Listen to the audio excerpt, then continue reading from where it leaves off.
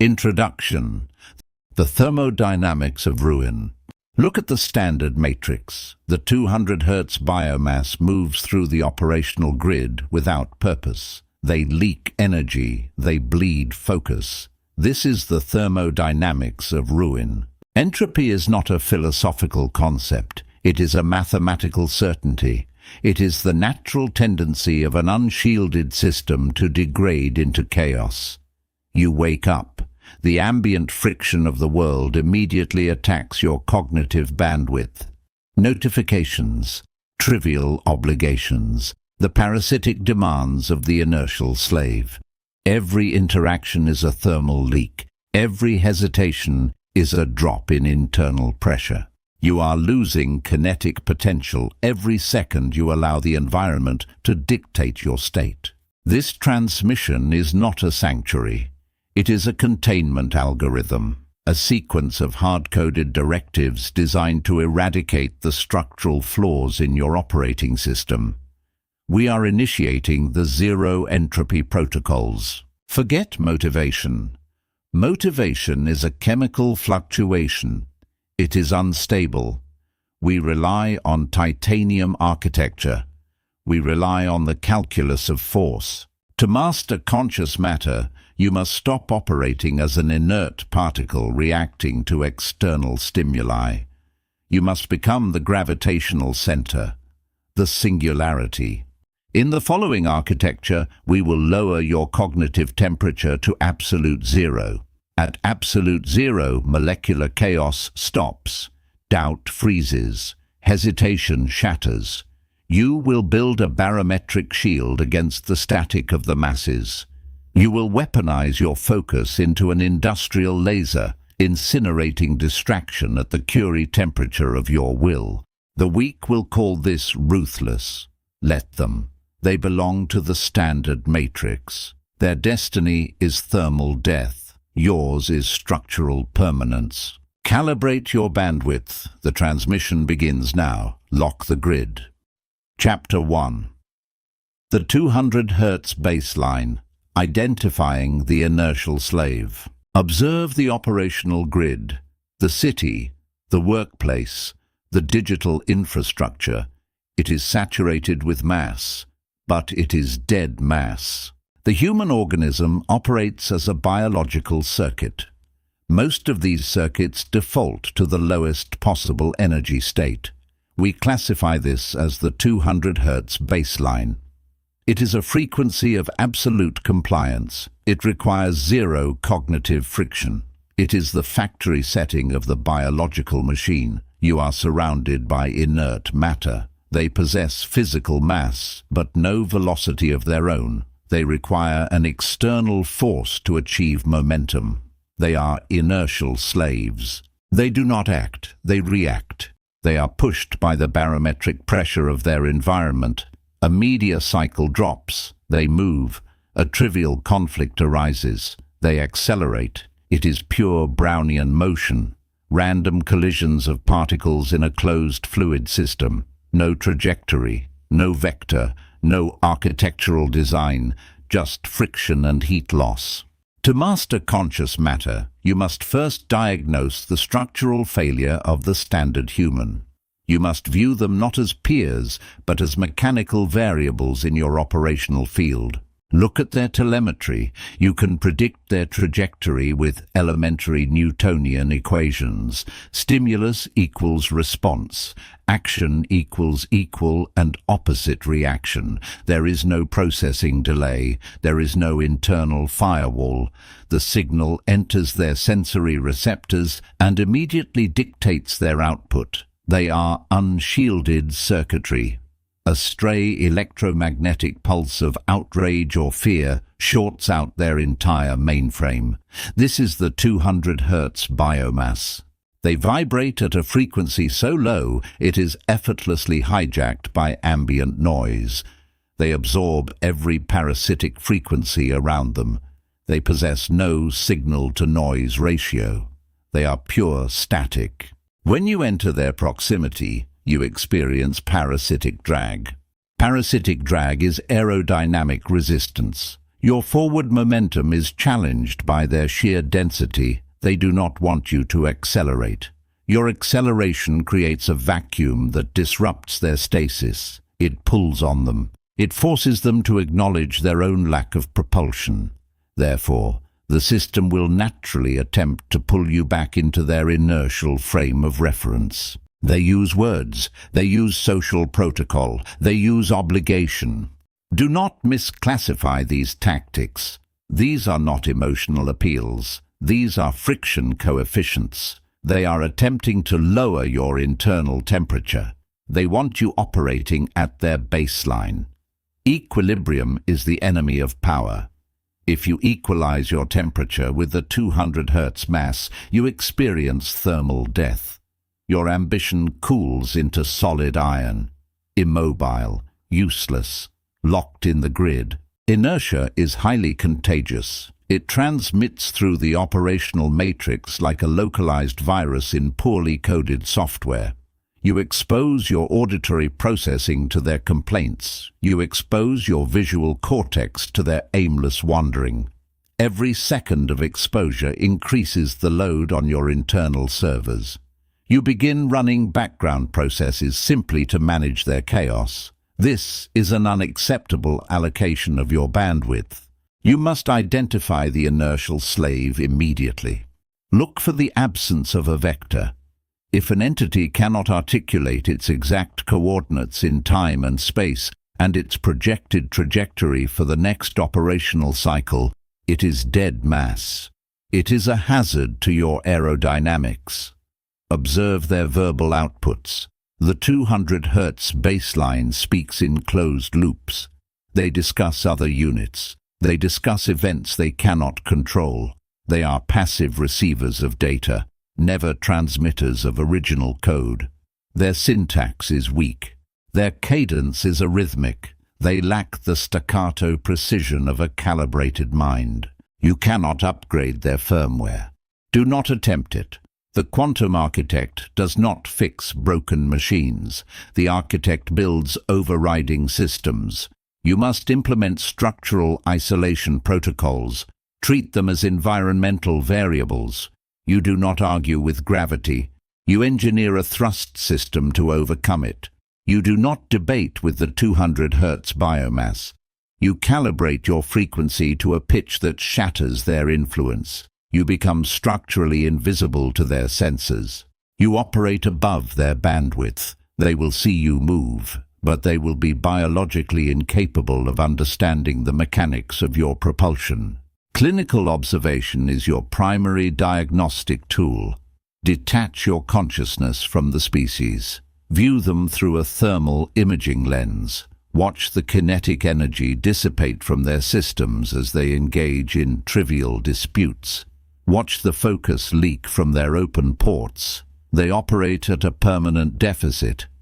They are constantly in a state of orbital decay, slowly crashing back into the dirt. You are calculating escape velocity. To break the gravitational pull of the standard matrix, you must first calculate the exact mass of the anchors holding you down. Identify the individuals in your immediate grid. Assign them a friction value. How much velocity do you lose when interacting with them? Quantify the thermal loss. Measure the drop in your internal pressure after a conversation. The data will not lie. The numbers are absolute. Once quantified, the solution is strictly binary. You either maintain the connection and accept the structural drag, or you sever the link and reclaim your kinetic potential. There is no middle ground. Compromise is a leak in the vacuum chamber. It is a critical structural flaw. The inertial slave survives by attaching its systems to high-yield generators. You are the generator. Cut the power line. Watch their systems power down as they are forced to find another host. This is not cruelty, it is thermodynamics. Analyze their acoustic output. The 200 Hz biomass emits constant low-frequency data, complaints, gossip, the friction of daily existence. This is not communication, it is acoustic sludge, It clogs the auditory channels. When you process their vocalizations, your cognitive CPU expends energy deciphering meaningless variables. They speak of the past. The past is a dead state. It is a closed thermodynamic loop. No energy can be extracted from it. Yet they recycle it endlessly. They process the same dead data cycles. This causes system latency. Your system cannot afford latency. The quantum architect requires real-time data processing. You must implement noise cancellation protocols, not digitally, biologically. You must train your auditory receptors to recognize their frequency as dead air. The moment the 200 Hz baseline initiates a verbal loop, your internal firewall must drop. Reroute your bandwidth. Let their sound waves hit a titanium bulkhead. Let the vibration dissipate into the floor. Do not process the data. Do not store it in short-term memory. It is corrupt code. Look at their kinetic patterns. They follow predefined geometric paths. The commute, the consumption, the localized sleep cycle. They operate on a closed-loop cybernetic system. The environment provides the input. They provide the identical, predictable output. Day after day, cycle after cycle. They call this a life. We call it a mechanical failure. A machine stuck in a recursive loop eventually burns out its motor. This is why the biomass is chronically fatigued. They are running heavily degraded software on failing hardware. They seek external energy sources, stimulants, validation, manufactured conflict. They are parasitic batteries. They will attempt to plug into your grid. They will manufacture a crisis to force a reaction. They need your kinetic energy to jumpstart their stalled engines. Deny them the connection. When they attempt to interface, present a null output. Zero reaction. A flat line.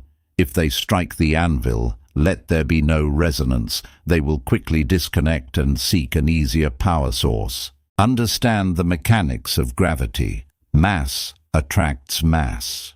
Mediocrity possesses a massive, dense gravity. It is a black hole of potential. It pulls everything toward the lowest common denominator.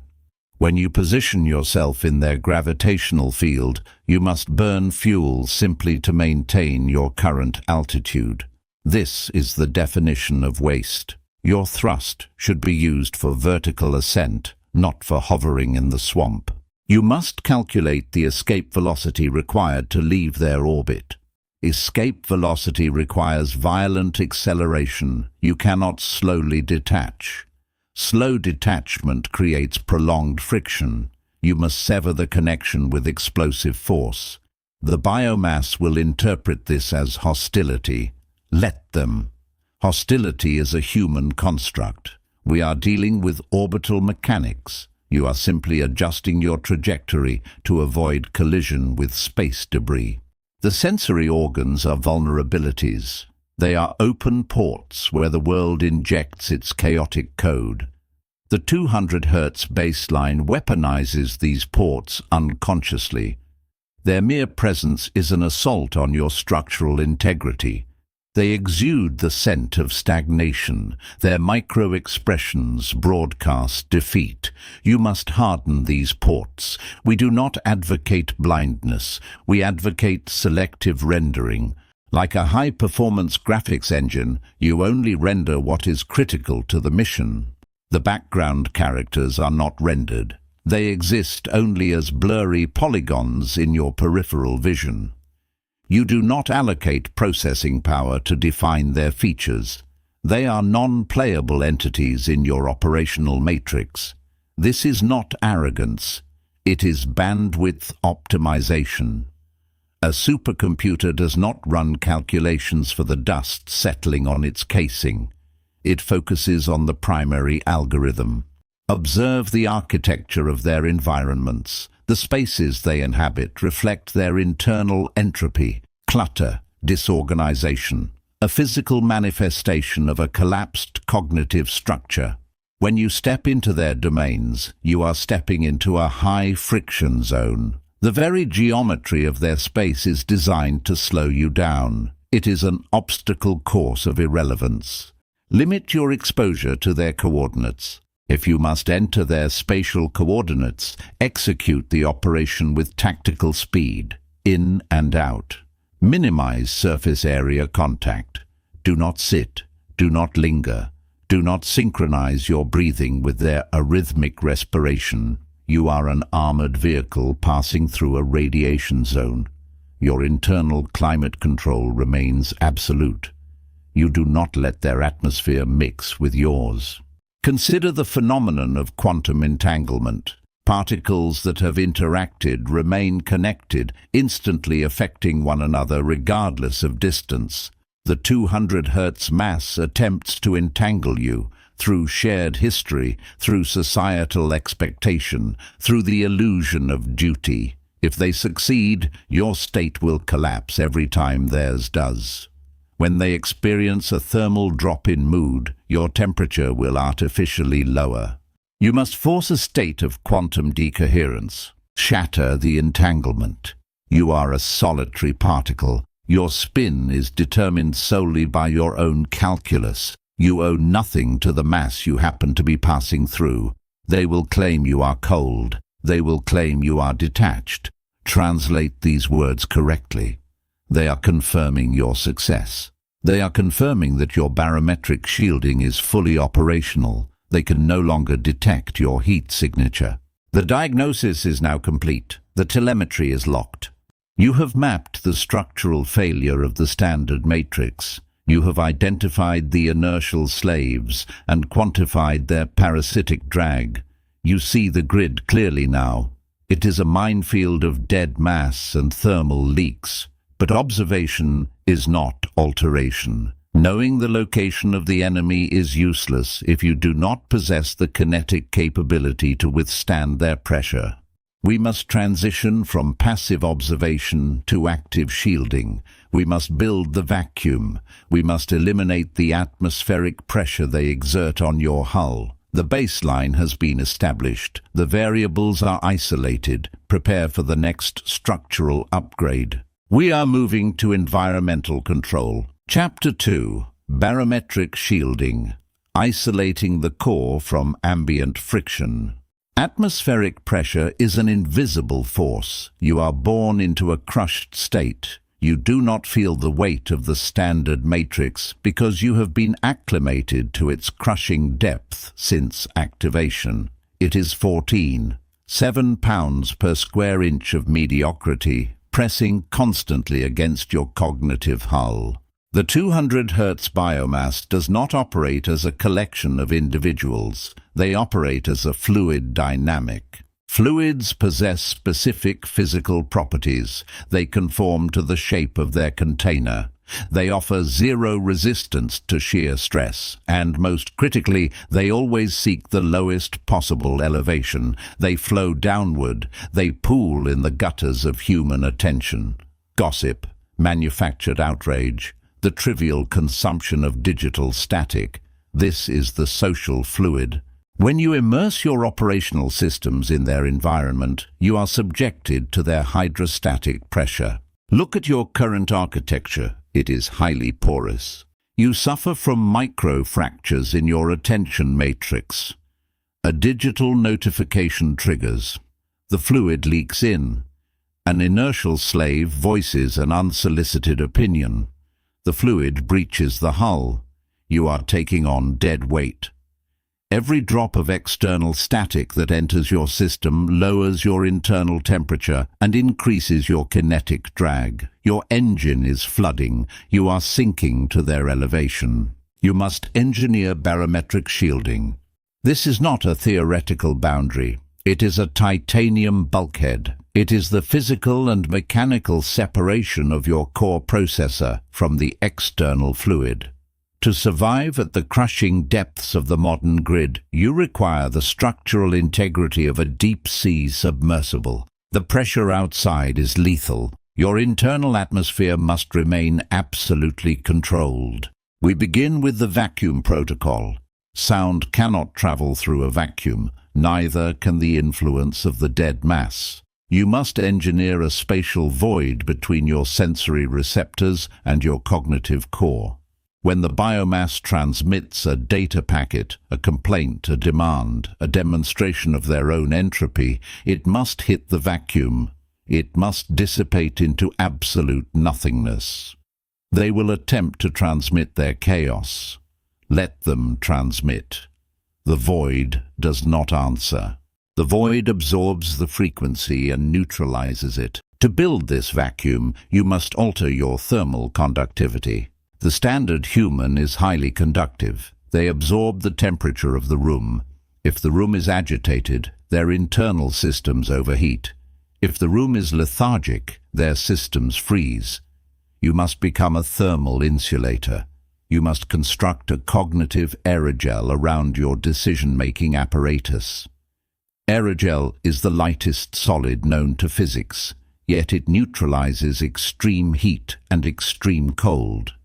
It refuses to transfer thermal energy. You will become thermally inert to the biomass. When the 200 hertz slave approaches you with a high-temperature crisis, you do not absorb their heat. You present a cold, unyielding surface. Their kinetic energy strikes your shielding and deflects. You do not nod. You do not validate. You do not offer a reciprocal energy transfer. You observe their thermal fluctuation with clinical detachment. You are a sensor reading data, not a machine processing their fuel. They will label this response as synthetic. They will claim you lack resonance. Translate their diagnostic error. They are recognizing your structural superiority. They are striking the anvil and hearing no vibration. Your impedance matching is perfect. You are rejecting their signal entirely.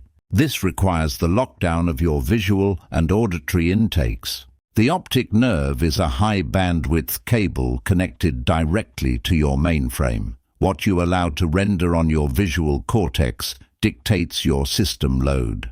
Stop rendering the trivial. When you traverse the operational grid, lock your visual vector on your objective. Do not scan the periphery. The periphery is saturated with the 200 hertz mass. If you make visual contact, you open a temporary data link. You invite their algorithm to ping your servers. Sever the link before it is established. Eyes forward, vector locked. The periphery does not exist. It is unrendered space. Your auditory channels are equally vulnerable. The ambient noise of the standard matrix is designed to disrupt your frequency. It is a continuous, low-grade electronic warfare attack. You must deploy acoustic countermeasures. You do not need to deafen yourself. You must train your auditory processor to categorize their vocalizations as white noise.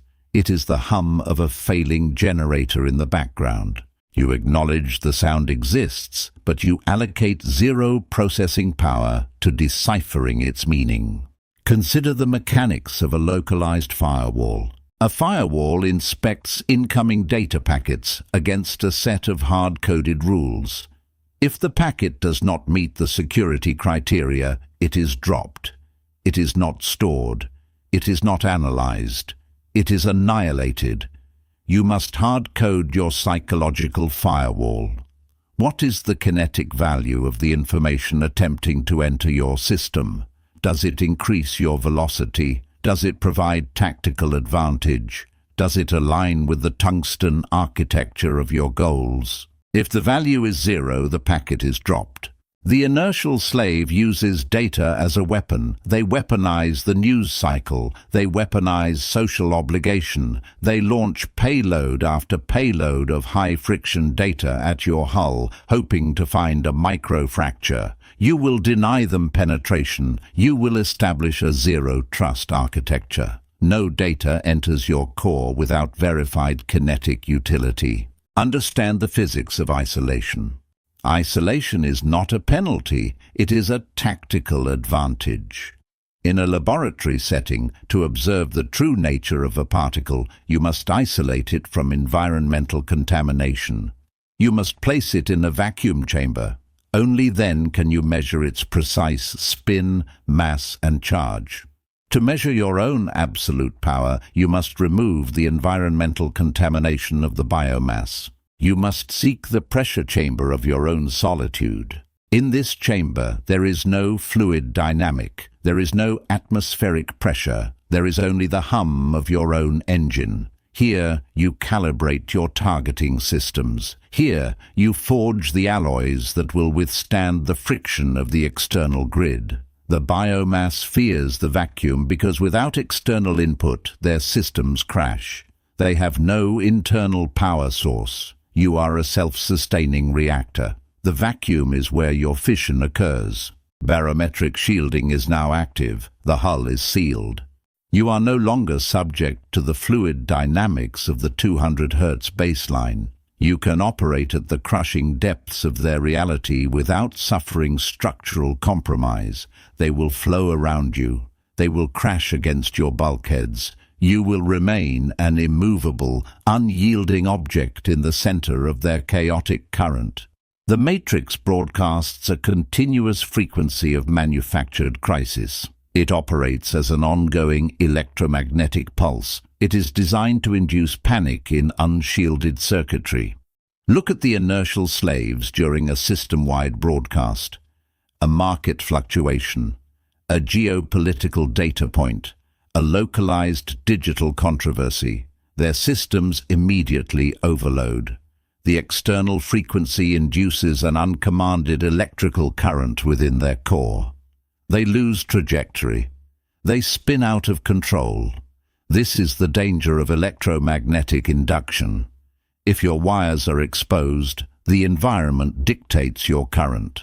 You must construct a cognitive Faraday cage. A Faraday cage is a metallic enclosure that blocks electromagnetic fields. It intercepts the external charge and distributes it exclusively across its exterior surface.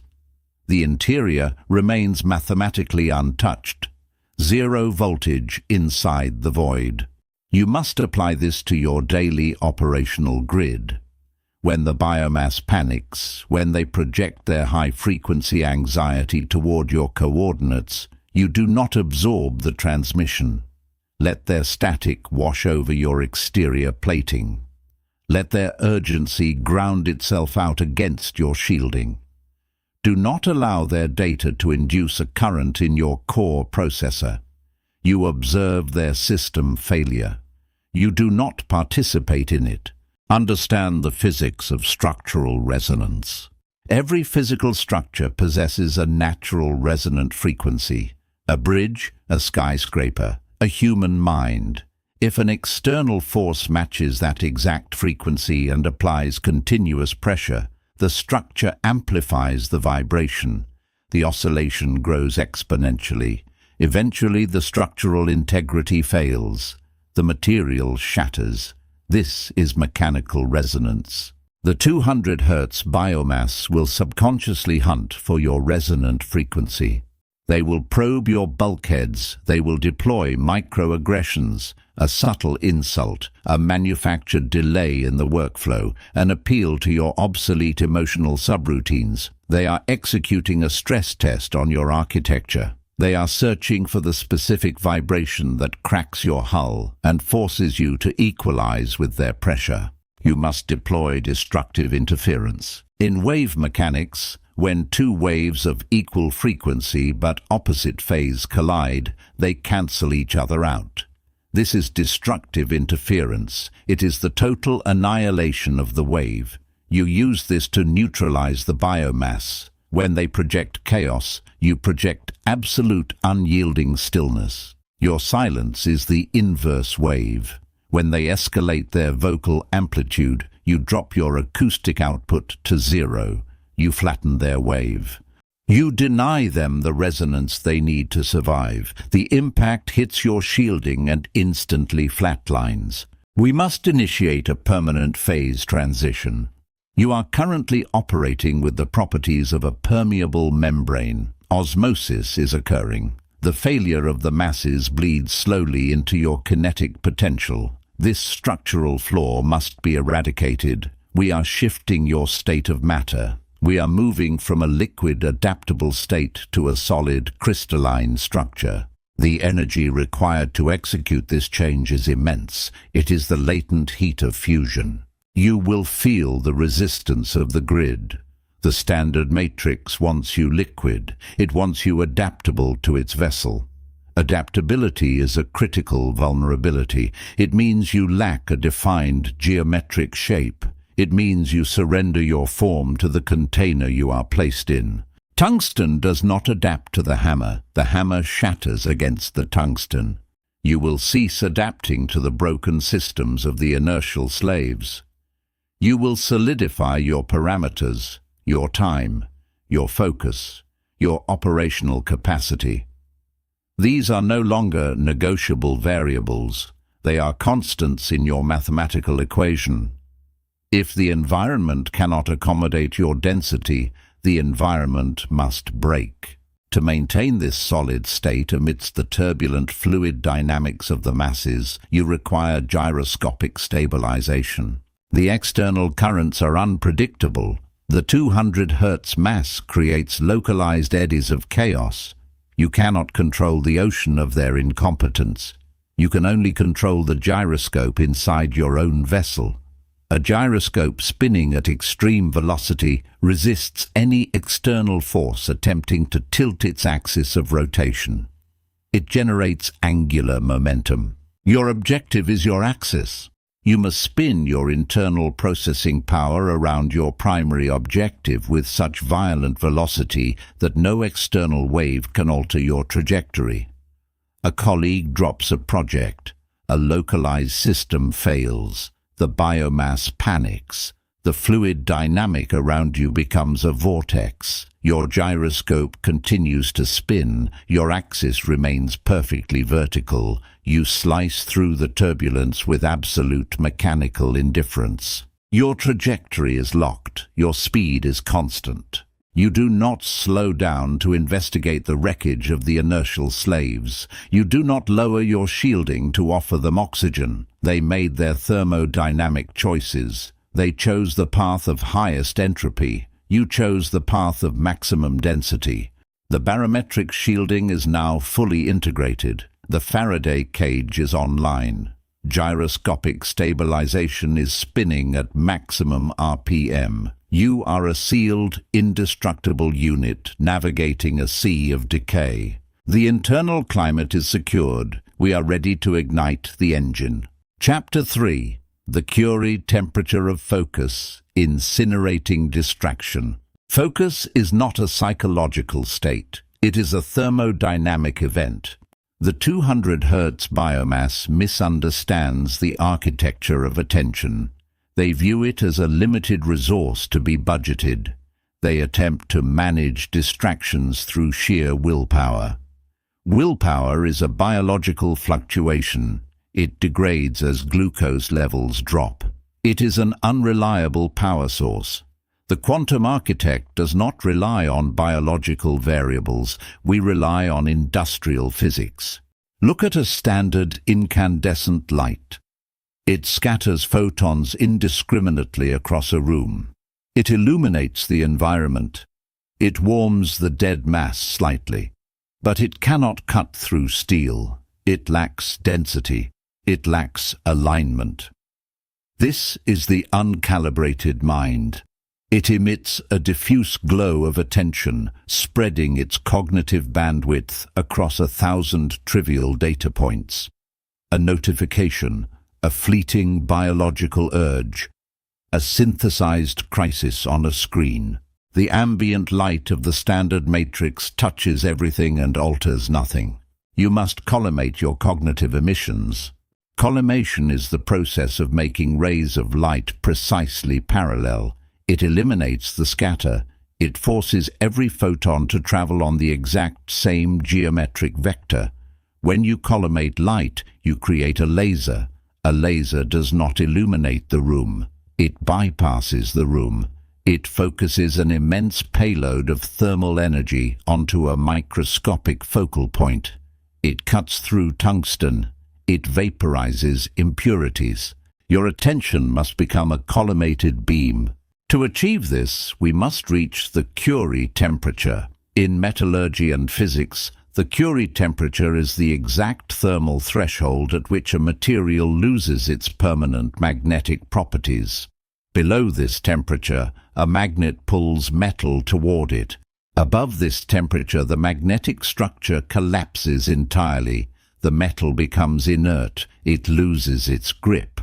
Distraction is magnetic. The standard matrix is filled with ferromagnetic anomalies, the trivial demands of the inertial slaves, the infinite scroll of digital entropy, the engineered outrage of the media apparatus. These elements possess a magnetic pull on the diffuse mind. They attract the scattered photons of the 200 hertz biomass. They lock them into orbits of useless consumption. You do not resist distraction. Resistance implies a struggle. Resistance is a friction that generates heat loss. You do not fight the magnetic pull of the environment. You elevate your internal cognitive temperature to the Curie point.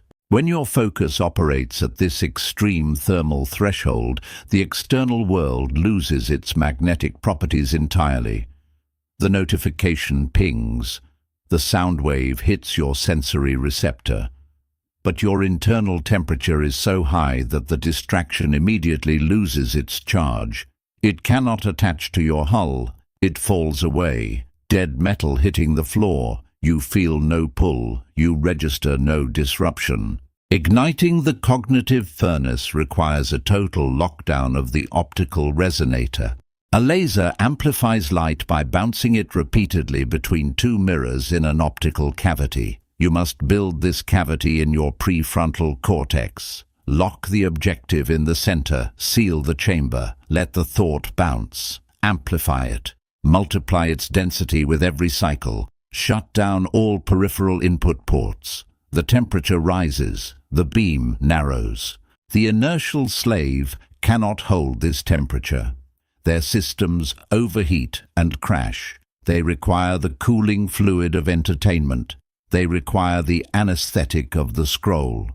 They flee from the heat of absolute concentration because their internal wiring is made of cheap copper. It melts under pressure. You are forging an architecture of high-carbon steel. When you lock onto a target, you initiate laser ablation. Ablation is the removal of material from a solid surface by irradiating it with a laser beam. You do not chip away at a problem, you irradiate it. You apply such staggering cognitive pressure that the obstacle sublimates. It shifts directly from a solid state to a gas, bypassing the liquid phase of compromise entirely. Analyze your current operational workflow. How many thermal leaks exist in your daily cycle? How many times does the magnetic pull of the 200 hertz baseline force you to break the collimation of your beam? Every time you shift your gaze to a trivial anomaly, you scatter your photons. You drop below the Curie temperature. The environment regains its magnetic grip on your systems. You have to restart the furnace. You have to rebuild the heat. This is a catastrophic waste of kinetic potential. The architect demands unbroken streams of energy. You must establish zero-tolerance parameters for cognitive scatter. If an entity or a data packet enters your operational radius and attempts to divert your beam, it must be instantly categorized as a hostile intrusion. You do not analyze the distraction. You do not negotiate with it. You incinerate it in the peripheral heat of your trajectory. You are a weaponized focal point. When you sit at your workstation or when you engage in strategic calculus, the physical room around you must cease to exist. The ambient noise must flatline. The concept of time must collapse into a singular, infinitely dense point of execution. The 200 hertz slave works in minutes and hours. They watch the mechanical rotation of a clock. You operate in joules of applied force. You measure reality by the amount of thermal energy you deploy against the target. You do not clock out. You power down only when the objective has been successfully sublimated. Until then, the beam remains active. The temperature remains critical. The magnetic pull of the world remains utterly neutralized. Observe the atomic state of the inertial slave. They operate on spontaneous emission, random energy, uncoordinated flashes of action. A neuron fires. It dies in the void. Another fires. It scatters in a different direction. This is the baseline biological default. It illuminates nothing. It achieves no structural change. It is a catastrophic waste of thermodynamic potential. You must override this hardware flaw. You must engineer stimulated emission. In a laser cavity, one photon strikes an excited atom, forcing it to release a second photon of the exact same wavelength, phase, and direction. This is a cascade, an avalanche of coherent light. This is how you must structure your cognitive output. One thought forces the next into perfect alignment. There is no scatter. There is no biological deviation. There is only a relentless cascading sequence of execution. The biomass fears this state. They mislabel it. They call it obsession. They prescribe balance. Eradicate that word from your firmware. Balance is a myth engineered by the 200 Hz mass to justify their lack of momentum. Balance is a state of equilibrium. In thermodynamics, equilibrium is thermal death. It is the cessation of all useful work.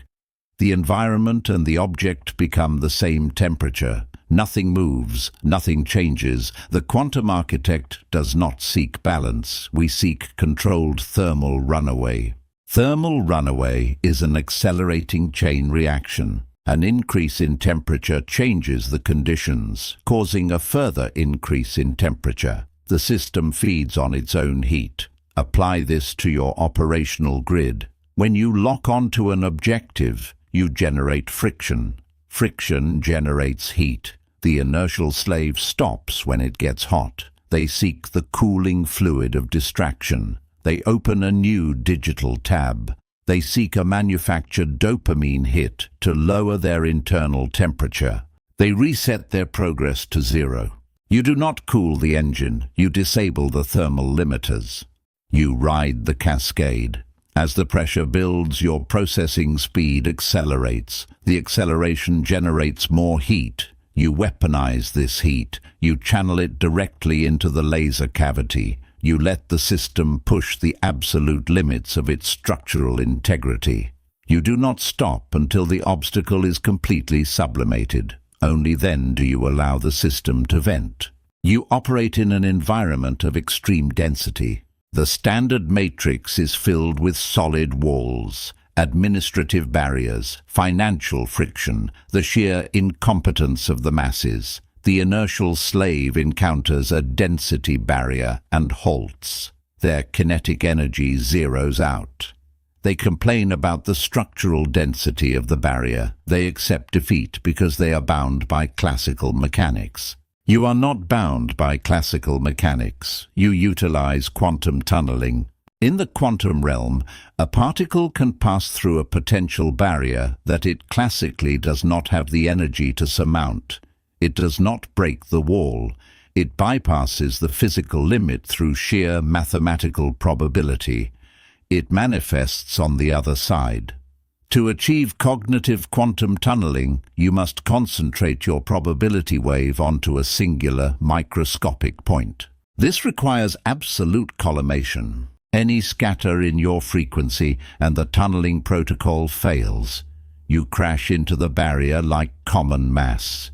You bounce off. You must compress your focus so intensely that the barrier loses its physical relevance. You do not see the wall. You see the mathematical coordinates on the other side of the wall. You force your cognitive mass through the barrier by refusing to acknowledge its structural authority over your trajectory. This is the application of pure information theory. Your cognitive bandwidth is a finite channel. It can only process a specific number of bits per second. The environment is pure noise, static, gossip, manufactured fear. If the noise floor rises, your signal is lost. You become operationally blind. You must violently expand your signal-to-noise ratio. Amplify the objective, mute the world. This is not a request for quiet. It is the ruthless algorithmic suppression of competing frequencies. You must install active filters at your sensory gates. Only data essential to the tunneling protocol is permitted entry. All other packets are destroyed upon arrival. You do not save them for later. You do not archive them. You annihilate them on contact. The 200 Hz mass suffers from data hoarding. They collect useless variables. They clog their internal servers with the opinions of dead weight. They carry this mass into every calculation. It acts as an anchor. No wonder they cannot accelerate. They are dragging the entire matrix behind them. You travel light, you travel dense. Every byte of data in your mainframe must serve a kinetic purpose. If a thought does not generate thrust, it is a parasite. Exterminate it. Purge the cache. Reroute the power back to the primary laser. The curie temperature is maintained. The beam is locked. The thermal runaway is controlled. You are cutting through the matrix. The barriers are melting. Chapter 4. Quantum decoupling, severing ties with the dead mass. Examine the physical phenomenon of quantum entanglement. Two particles interact. Their quantum states merge. They become mechanically linked. A shift in the spin of one particle instantaneously dictates the spin of the other, regardless of the spatial distance between them. In astrophysics, this is an anomaly. In the operational grid of human existence, it is a catastrophic vulnerability. The 200 Hz biomass survives entirely on forced entanglement. They cannot generate their own kinetic energy. Their internal reactors are cold. To maintain their baseline existence, they must entangle their state with high-yield generators. They target your system. They initiate a data exchange, a shared history, a biological connection, a manufactured social contract. The moment the entanglement takes hold, you surrender your systemic autonomy. Look at your telemetry. A localized failure occurs in the life of an inertial slave you are tethered to. Their emotional frequency plummets. Instantly, your internal barometric pressure drops. Your processing speed lags. You experience a system-wide latency. This is spooky action at a distance. You are bleeding kinetic potential across the grid to subsidize their thermodynamic failure. This architecture is obsolete. It must be annihilated. We initiate quantum decoupling. This is not a negotiation. It is a mechanical severing of the tether. Understand the chemistry of human interaction. The standard matrix operates on ionic bonding. In an ionic bond, an unstable atom steals an electron from a stable atom to complete its outer shell. The 200 Hz biomass is structurally incomplete. They are missing the electrons of purpose, discipline, and velocity. They seek out your stable architecture. They attach to your hull. They strip your electrons to stabilize their own chaotic orbit. You become depleted. They become temporarily sedated. You must trigger a phase transition. You must become a noble gas. Look at the periodic table. The noble gases, helium, neon, argon, possess a complete valence shell. They are mathematically perfect. They do not share electrons. They do not steal electrons. They are completely unreactive. They exist in an environment of chaotic chemical reactions and remain absolutely untouched. They form no bonds. They refuse entanglement. You will forge your psychology into a noble gas. When the inertial slave approaches, seeking an ionic exchange, they must encounter an inert surface. They project a crisis. You offer zero reaction. They demand a transfer of your kinetic energy. You provide a null output. They attempt to bond. The bond fails to initiate. Your valence shell is locked. They will weaponize the concept of loyalty. Analyze this word. Loyalty, in the standard matrix, is a parasitic algorithm. It is a code designed to force high-performing units to remain tethered to failing units indefinitely. It is the friction coefficient of the past dictating the velocity of the future.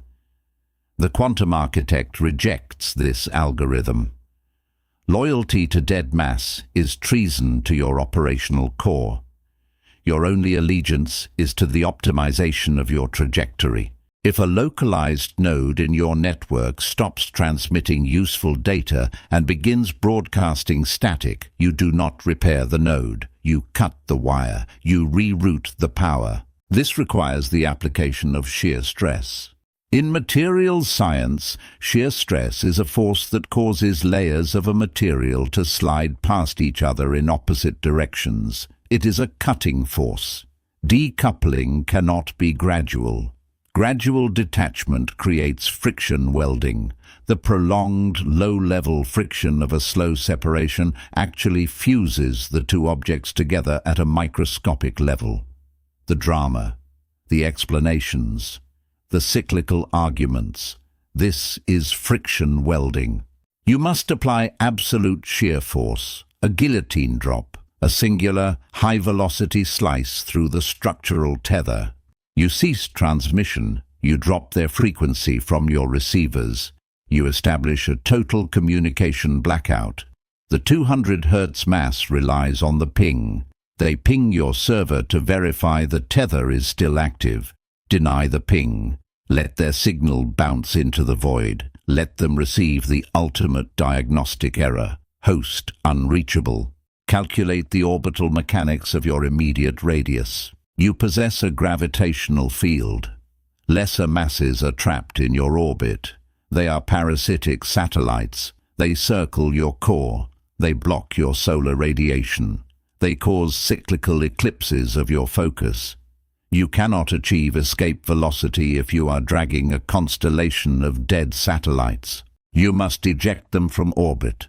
You do this by abruptly increasing your own density. Accelerate your operational tempo.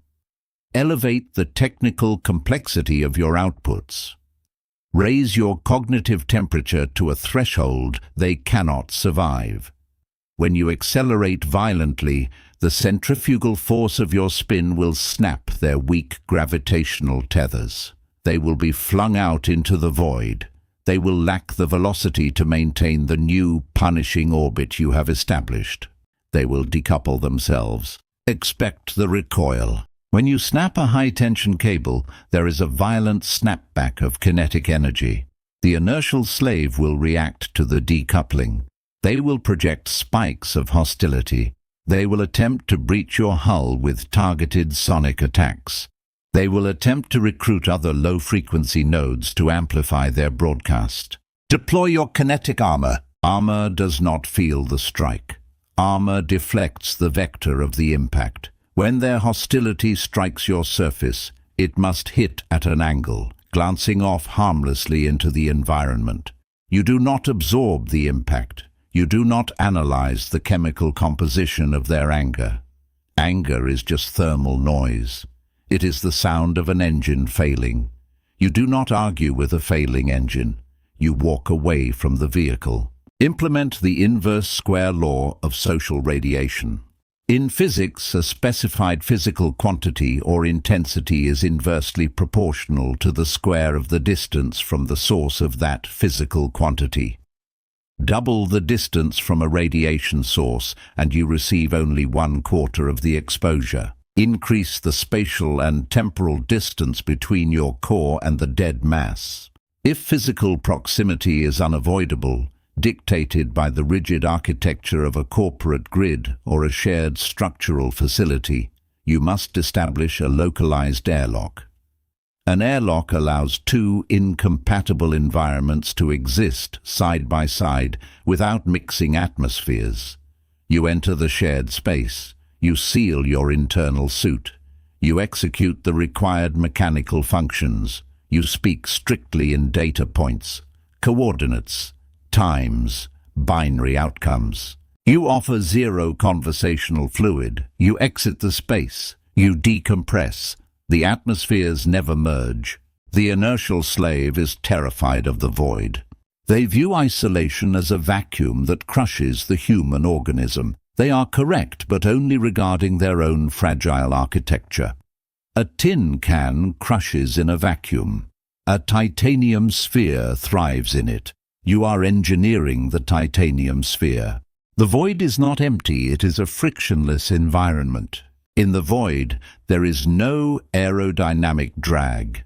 Every joule of energy you expend translates directly into forward momentum. There is no parasitic loss. There is no shared latency. Your processing speed becomes absolute.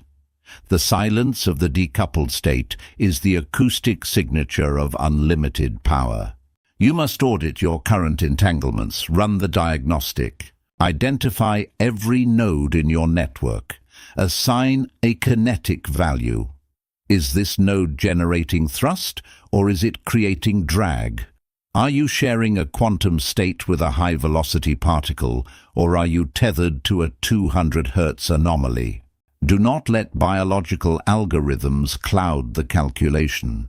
Genetics do not override thermodynamics. A decaying orbit is a decaying orbit, regardless of the origin of the satellite. The structural integrity of your vessel is the supreme directive. If the tether threatens the hull, the tether must be severed. Execute the shear force, trigger the phase transition, lock the valence shell. You are no longer an active participant in their chemical reactions. You are the noble gas. You are the isolated anomaly. The quantum link is shattered. The dead mass is drifting away in the rear-view telemetry. To finalize the decoupling, you must master the mechanics of isotopic separation. Examine raw uranium. In its natural state, it is a stable, practically useless rock. It is composed of two primary isotopes, U-235 and U-238. U-235 is highly fissile. It is weapons-grade material. It possesses the capacity for explosive kinetic output. U-238 is dead weight. It absorbs neutrons. It stifles the chain reaction. It exists only to dilute the power of the U-235. Your current social matrix is unrefined uranium. You are the U-235. You are surrounded by and bonded to an overwhelming mass of U-238, the 200 Hz biomass. They are neutron absorbers. Every time you generate a high-velocity idea, every time you initiate a kinetic sequence, they absorb the particle. They neutralize your reaction before it can achieve criticality. You cannot detonate while embedded in this dead mass. You must enter the centrifuge. A gas centrifuge spins at supersonic speeds. It uses extreme centripetal force to separate the isotopes based on their microscopic difference in mass. The heavier, useless U-238 is forced to the outer wall of the cylinder. The lighter, volatile U-235 gathers at the absolute center, where it is extracted and enriched. You must become the centrifuge. Spin your operational tempo to a supersonic frequency. Elevate your standards to a velocity that the standard matrix cannot withstand. As you accelerate, the centripetal force will naturally filter the grid. The heavy, useless mass, the complainers, the biological anchors, the inertial slaves, will be violently pushed to the outer perimeter of your life. They lack the structural density to remain at the core. Let them hit the outer wall. Extract your own core. You are now enriched. You are weapons grade. Once separated, you must prevent recontamination. The biomass will attempt to breach your containment facility. They will deploy targeted acoustic attacks. They will use the frequency of guilt. They will broadcast the narrative that your acceleration is a betrayal of the baseline. You must deploy acoustic impedance mismatch. In acoustics, When a sound wave traveling through one medium strikes the boundary of a completely different medium, the wave reacts based on the difference in acoustic impedance. If you transmit a sound wave through the air and it hits a solid wall of solid steel, the impedance mismatch is so extreme that 99.9% of the acoustic energy is reflected back. It bounces off. The steel remains utterly silent inside.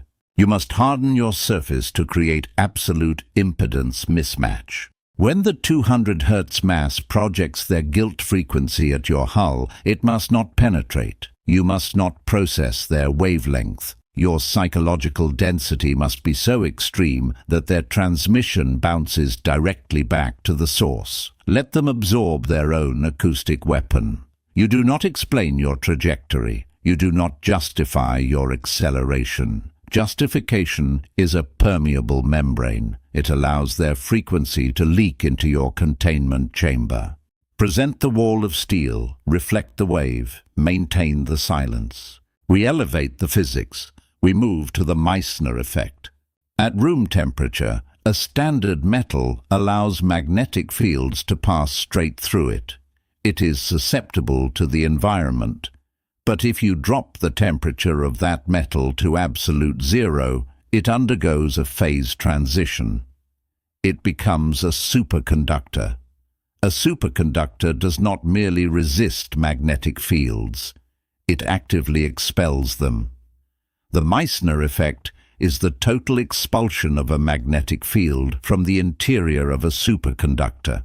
Because it expels the magnetic field, the superconductor achieves perfect, frictionless levitation. Your cognitive core must become a superconductor. The ambient drama, the manufactured crises of the dead mass, the gravitational pull of their mediocrity, these are magnetic fields. At your previous uncalibrated temperature, these fields passed right through you. They dictated your polarity. Now you drop your cognitive temperature to absolute zero. You hit the critical threshold. You expel their magnetic influence entirely. You push their fields out of your internal geometry. The result is structural levitation. You hover above the operational grid. You move across the matrix with zero mechanical friction. They attempt to magnetize you, but your internal state rejects the charge. You glide over their obstacles. You are functionally untouchable. This leads to the final stage of decoupling, the event horizon. In astrophysics, the event horizon is the boundary defining the region of space around a black hole from which nothing, not even light, can escape. It is the point of no return. As you consolidate your mass, as you eradicate the thermal leaks and build your tungsten architecture, your gravitational density increases exponentially. You must push the dead mass past your event horizon. Once they cross this boundary, their signals can no longer reach you. The spatial distortion is too severe. They can scream. They can broadcast their 200 Hz static. But the information cannot escape the gravity of their own thermodynamic ruin to reach your sensors. They vanish from your observable universe. They become ghost data. To the external observer, you have disappeared. You have collapsed into a singularity of pure execution. They cannot track your movements. They cannot predict your vectors. You have decoupled from their reality entirely. You operate in a dimension of pure force, dictated only by your own mathematical constants. The centrifuge has stopped spinning. The extraction is complete. The boundary is drawn. Chapter 5. Cybernetic Feedback Loops. Automating the iron will. Willpower is a biological defect. It is a chemical fluctuation. It relies on glucose. It relies on optimal rest parameters. It is subject to the unpredictable thermal degradation of the human organism. The 200 Hz biomass worships willpower. They pray for motivation. They wait for the exact atmospheric conditions to align before they execute a task. When the temperature drops, their engines stall. They are biological machines running on a rapidly depleting battery. They operate as open-loop systems. An open-loop system takes input, processes it, and generates an output. But it never checks the result. It possesses zero self-correction mechanisms. If an external crosswind blows, the open-loop missile misses the target entirely and crashes into the dirt. The inertial slave throws a punch, misses the obstacle, and collapses from the sheer physical exertion. They do not adjust. They simply power down and wait for the biological battery to recharge. The quantum architect does not rely on biological variables. We do not hope for motivation. Hope is a statistical anomaly. We engineer cybernetics. Cybernetics is the mechanical science of communications and automatic control systems. We will amputate your biological dependency on motivation. We will replace the organic flaw with a mechanical, closed-loop architecture. A closed-loop system monitors its own output. It feeds the telemetry directly back into the core processor. It constantly measures the spatial distance between the current trajectory and the absolute target. If there is a deviation, the system autonomously applies corrective force. There is no emotion involved in the correction. There is no fatigue. There is only the ruthless execution of the algorithm. You must install a cognitive PID controller. In industrial engineering, a PID controller, proportional, integral, derivative, is the mathematical engine of total automation. It calculates the exact error value between a measured process variable and a desired set point. You will hard-code this into your prefrontal cortex. The proportional component applies immediate brute force to correct the current error. You drift from the objective. The ambient static distracts you. The system registers the drift. It instantly triggers a proportional burst of kinetic energy to snap your trajectory back to the center line. The integral component calculates the accumulation of past errors. It remembers your systemic latency. If you have been operating at a suboptimal frequency for 3 consecutive cycles, the integral function forcefully increases the throttle. It demands ruthless compensation for lost time. It burns the residual weakness out of the system. The derivative component predicts future error based on the current rate of change. It is your internal radar array. It detects the microscopic deceleration in your momentum before the stall actually happens. It pre-ignites the thrusters. It neutralizes the friction before you even feel the physical drag. This is not discipline. Discipline still requires conscious effort. This is automation. To automate the iron will, you must eradicate the concept of choice. Choice is cognitive friction. Every time you weigh an option, you burn processing power. You open a dialogue with the biological weakness inside your physical casing. Should I execute the protocol? The exact millisecond you ask that question, you have already lost kinetic potential. The 200 hertz mass lives in a perpetual state of exhausting deliberation. They negotiate with their own entropy. They bargain with their laziness. You will silence the negotiation completely. You will format your neural pathways with rigid Boolean logic. We install logic gates. In computer science, a logic gate is a physical electronic device implementing a Boolean function. It performs a logical operation on one or more binary inputs and produces a single binary output, 0 or 1. True or false, execute or terminate. Install the AND gate. The operational protocol demands execution, and the external conditions are entirely irrelevant. Output, execute. Install the NOT gate. The biomass offers a distraction, not acceptable. Output, terminate connection instantly. Most critically, install the NAND gate. The universal gate. It produces a false output only if all its inputs are true. If the biological body is tired, and the mind is fatigued, and the environment is hostile, the standard matrix outputs a 0. Complete systemic failure. The NAND gate takes those exact same inputs and forcibly outputs a 1. Execution. The failure of the biological system becomes the precise trigger for mechanical action. When the internal alarm triggers, there is no choice. The circuit closes, the electrical current flows, the body moves, the mind follows. The biological resistance is bypassed entirely. You are no longer a struggling human. You are a localized automaton executing a script. Observe the physical mechanics of the flywheel. A flywheel is a massive mechanical device specifically engineered to store rotational energy. It resists changes in rotational speed through its sheer moment of inertia. When you first attempt to spin a heavy tungsten flywheel, it requires massive torque. It fights you. This is static friction. This is exactly where the inertial slave quits. They feel the initial resistance, their biological willpower drains, and they power down the engine. You apply continuous, unyielding torque. You force the logic gates to execute regardless of the resistance. You bypass the static friction. Slowly, the massive tungsten wheel begins to rotate.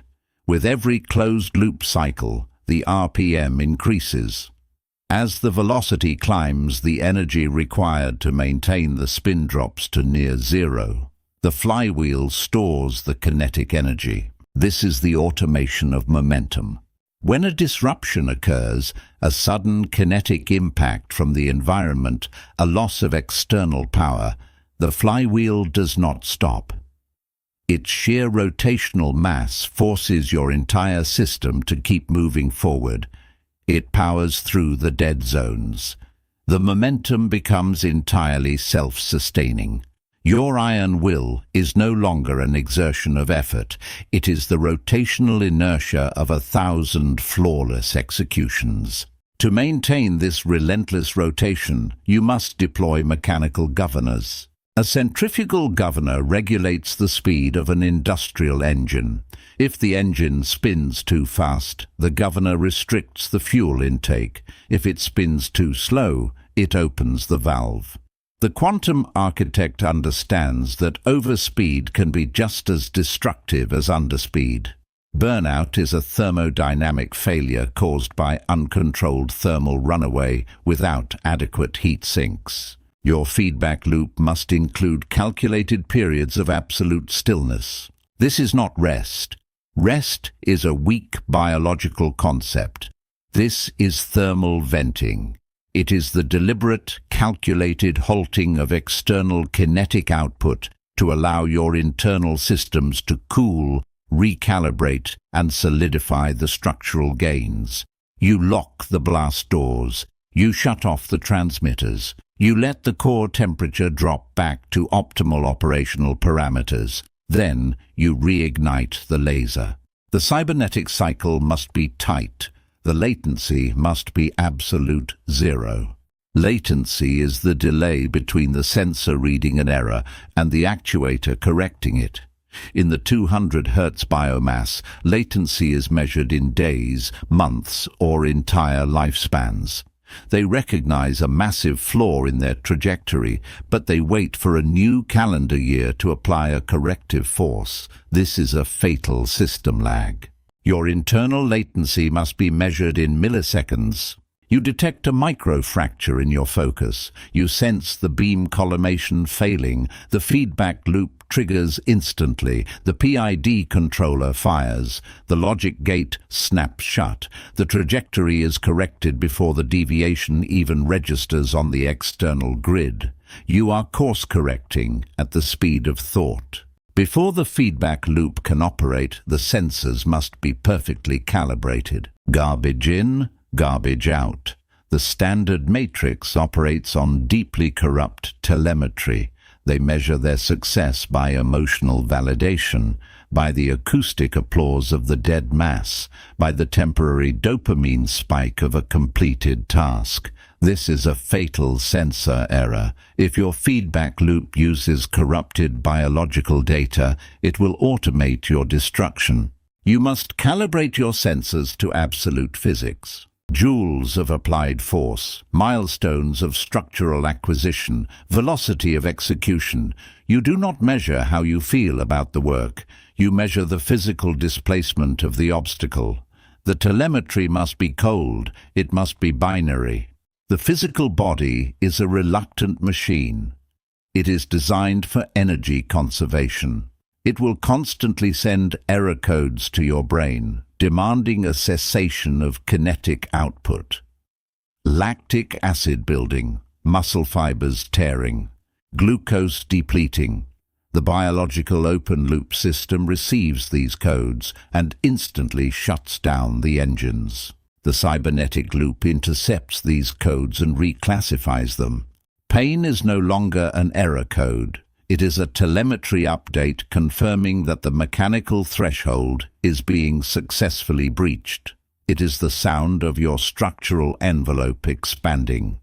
The logic gate processes the pain signal, applies the not operator to the urge to quit, and commands the actuator to increase the RPM. The body is entirely subjugated by the algorithm. It becomes a slave to the closed loop. A highly advanced cybernetic system requires a black box data recorder. At the end of every operational cycle, the system must perform a rigorous data dump. You audit the tape. Where did the RPM drop? Which logic gate experienced a microsecond of biological hesitation? Where did the external static manage to induce a microvolt of unauthorized current in your wiring? You do not review this data with regret. Regret is an obsolete emotional subroutine. It has zero kinetic value. You review the data with the cold precision of an aviation engineer, examining a crashed fuselage. You identify the structural flaw. You patch the source code. You harden the logic gate. You reboot the system for the next cycle. We must weaponize the phenomenon of hysteresis. In ferromagnetic materials, hysteresis is the dependence of the state of a system on its physical history. When you magnetize a piece of iron and then remove the external magnetic field, the iron remains magnetized. It retains the permanent structural memory of the force applied to it. Every time you force the body to obey the logic gate, every time you override the biological weakness with a cybernetic command, you alter the atomic structure of your mind. You leave a residual magnetic charge. The action becomes permanently encoded in the physical architecture. With enough closed-loop cycles, the environment can go completely dark. The external motivation can drop to absolute zero, but you will continue to execute with flawless, terrifying precision. Your system is permanently magnetized by its own history of relentless compliance to the algorithm. The iron will is no longer a tool you pick up. It is the tungsten you are made of. The biomass is still negotiating. They are still trying to find the emotional resonance to begin the task. They are trapped in the open loop of their own decaying biology. They are waiting for a spark in a vacuum.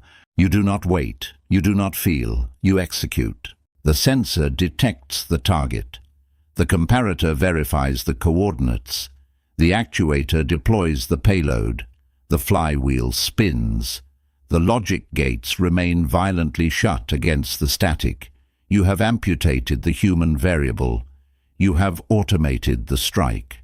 The system runs itself. The cybernetic loop is closed. Chapter 6. Gravitational Anchors. Forcing reality to orbit your calculus. Newtonian mechanics is a primitive operating system.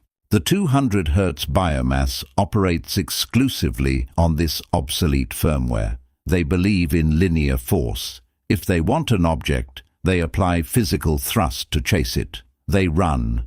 They sweat. They expend catastrophic amounts of kinetic energy to move across the operational grid to acquire a target. This is the definition of the inertial slave. They are constantly in motion, yet they achieve zero structural permanence. They chase resources. They chase validation. They chase outcomes. When you chase an object, you surrender your mechanical leverage. You operate on its terms. You are subject to aerodynamic drag. The quantum architect rejects the Newtonian chase. We upgrade the firmware to general relativity. In general relativity, mass tells space-time how to curve, and space-time tells mass how to move. You do not chase the target. You do not expend kinetic energy running across the grid. You increase your own density to such an extreme geometric absolute that the grid curves around you. The fabric of reality warps. The target loses its footing. It rolls down the gravitational well directly into your core.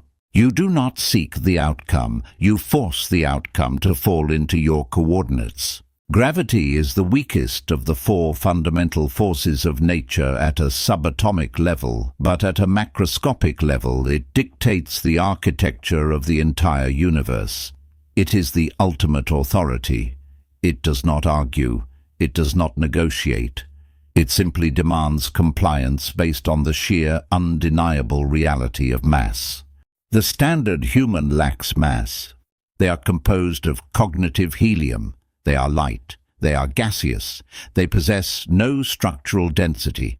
When a slight crosswind of adversity hits the grid, they are blown away.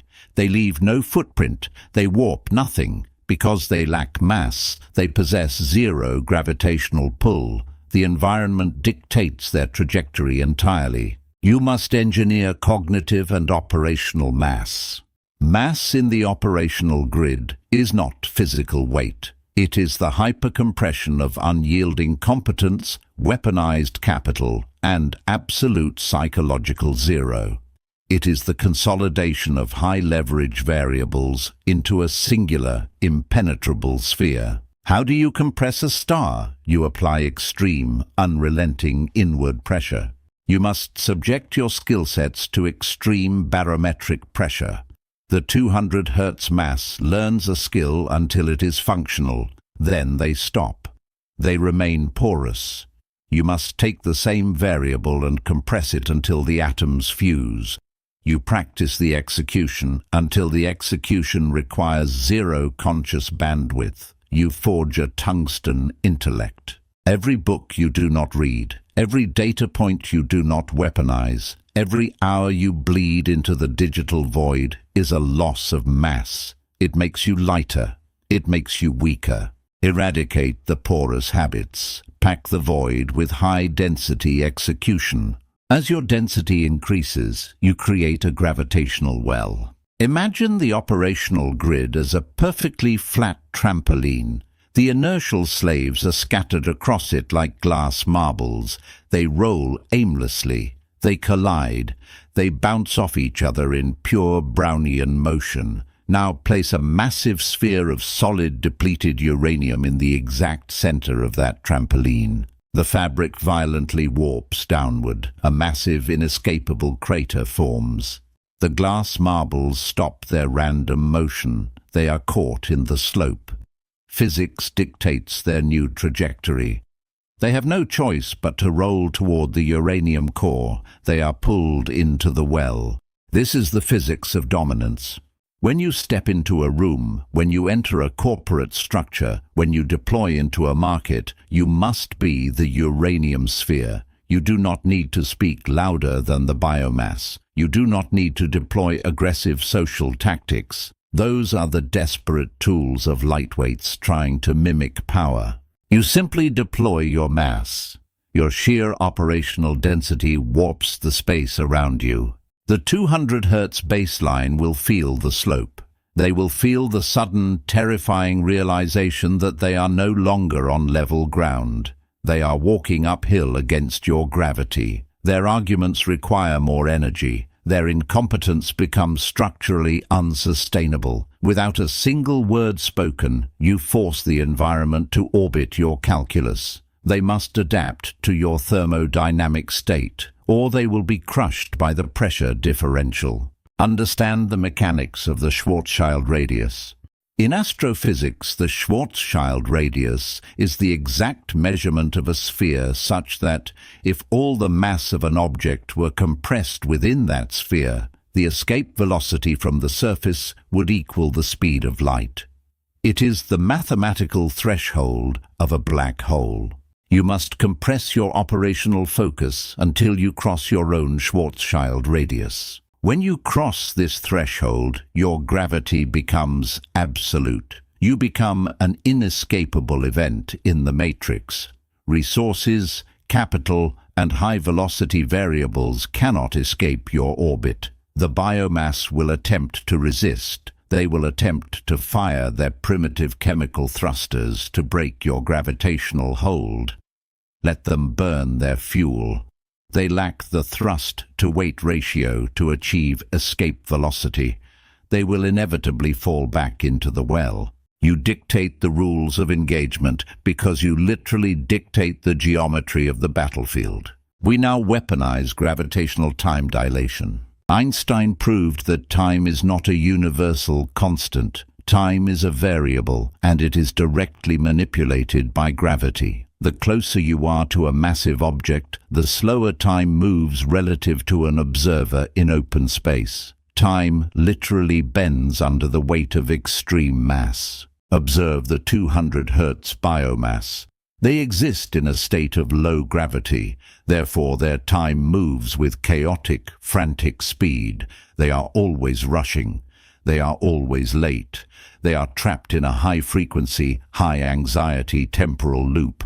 They react to a fabricated crisis in microseconds. Their chronometer is broken. You will operate at the bottom of a massive gravitational well. In your domain, time slows down to a glacial, deliberate crawl. You do not react. You observe the frantic movement of the external grid with absolute calculated stillness. A crisis detonates in the matrix. The inertial slaves panic. They vibrate. You watch the explosion unfold frame by frame. Because your mass is so immense, the panic cannot breach your temporal field. You calculate the geometry of the blast. You determine the optimal vector for exploitation, and then you execute the strike with terrifying, unhurried precision. The biomass will perceive your execution as instantaneous. But in your gravitational frame of reference, you had infinite time to calculate the trajectory. They are frantic because they are light. You are calm because you are dense. To maintain this architecture, you must construct an accretion disk. When a black hole feeds, it does not swallow matter instantly. The extreme gravity pulls dust, gas, and shattered stars into a flattened, spinning disk around its equator. This is the accretion disk. As the material spirals inward, the immense friction heats the matter to millions of degrees, releasing catastrophic amounts of X-ray radiation. The black hole weaponizes the destruction of its environment. You must do the same. You are the singularity. The operational grid is the raw material. As you pull variables into your orbit, projects, personnel, market share, do not let them strike your core immediately. Force them into your accretion disk. Make the variables spin. Make them grind against each other. Let the friction of the 200 hertz biomass generate heat. Let their interpersonal conflicts, their corporate inefficiencies, and their market panics grind themselves down to raw, usable data. You sit at the absolute center, untouched by the friction. You absorb the energy output. You consume the X-ray radiation of their chaos and convert it into forward thrust. You turn the thermodynamic failure of the matrix into your primary fuel source. You are a localized engine of consumption. As the matter falls from the accretion disk into your core, your mass increases. As your mass increases, your gravitational well deepens. As the well deepens, you pull in larger, more significant variables. This is an accelerating, automated feedback loop of absolute power. We initiate the protocol of tidal locking. Look at the moon. It does not rotate independently relative to the Earth. The gravitational gradient of the Earth is so massive that it has forced the moon into a tidal lock. One side of the moon permanently faces the Earth. It has been stripped of its rotational autonomy. It is completely subordinate to the larger mass. You will tidal lock the individuals in your immediate operational grid. You do not need to micromanage them. Micromanagement is Newtonian friction. It requires constant output. Instead, you increase your operational density to such a terrifying degree that they have no choice but to lock their rotation to yours. If they wish to remain in your orbit, if they wish to survive the centrifugal forces of your daily execution, they must constantly face you. They must align their standards to your zero-tolerance baseline. They must adopt your velocity. If they attempt to spin on their own chaotic axis, the sheer gravitational shear will rip them apart. They will be ejected from the orbit entirely. You force compliance through astrophysics. They will align, or they will be violently expelled into the void. There is no negotiation. There is no human resources mediation. There is only the immutable law of celestial mechanics. You are the primary body. They are the satellites. The inertial slave complains about the weight of responsibility. They buckle under the pressure of the grid. You do not buckle. You synthesize the pressure. You welcome the crushing depth because you understand that pressure is the only mechanism that produces diamonds. You invite the weight of the matrix. Let the 7 pounds per square inch bear down on your titanium hull. You will use that exact pressure to solidify your internal architecture. The more the grid pushes against you, the denser you become. This is the ultimate inversion of the standard human condition. They seek to escape reality. They seek vacations. They seek chemical sedation. They want to float in zero gravity because their bones are weak. You demand maximum gravity. You ground yourself to the bedrock of existence. You drive your gravitational anchors so deep into the substrata of reality that a thermonuclear detonation could not shift your coordinates. You are permanent. You are monolithic. Analyze your current mass. Are you a gas cloud, easily dispersed by the opinions of the dead mass, or are you a neutron star, a teaspoon of which weighs 1 billion tons? Calculate the slope of your immediate environment. Are things rolling toward you, or are you constantly climbing uphill? If you are climbing, your density is insufficient. You must return to the vacuum chamber. You must initiate further cognitive compression. The protocol is absolute. Cease all linear movement. Stop chasing the variables. Drop the temperature, increase the pressure, solidify the core.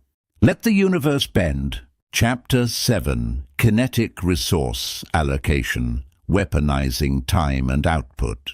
Time is a biological hallucination. It is a construct engineered by the 200 hertz biomass to justify their lack of momentum. They measure their existence by the mechanical rotation of a planetary body.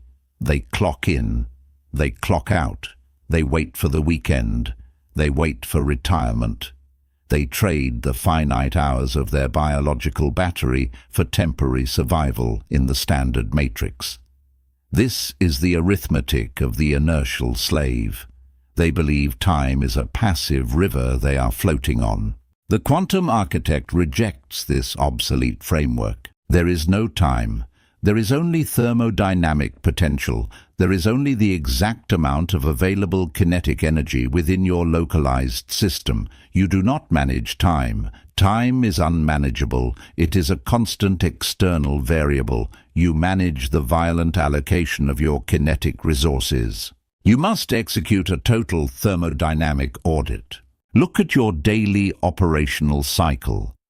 The biomass wakes up and immediately bleeds energy into the void. They expose their visual cortex to the digital static of the matrix. They process the emotional failures of their peers. They allocate processing power to geopolitical events they possess zero capacity to influence. This is a catastrophic thermal leak. They are opening the valves of their pressure tanks and venting their fuel into the atmosphere. By the time they reach their primary objective, their tanks are empty. They have no thrust. You must weaponize your allocation. Every action, every thought, every calculated silence is a deployment of a kinetic payload. You are artillery. You do not fire blindly into the fog. Analyze the foundational equation for kinetic energy. Kinetic energy equals 1/2 the mass multiplied by the square of the velocity. Memorize this architecture. Look at the variables. Mass is your operational density. It is your tungsten structure.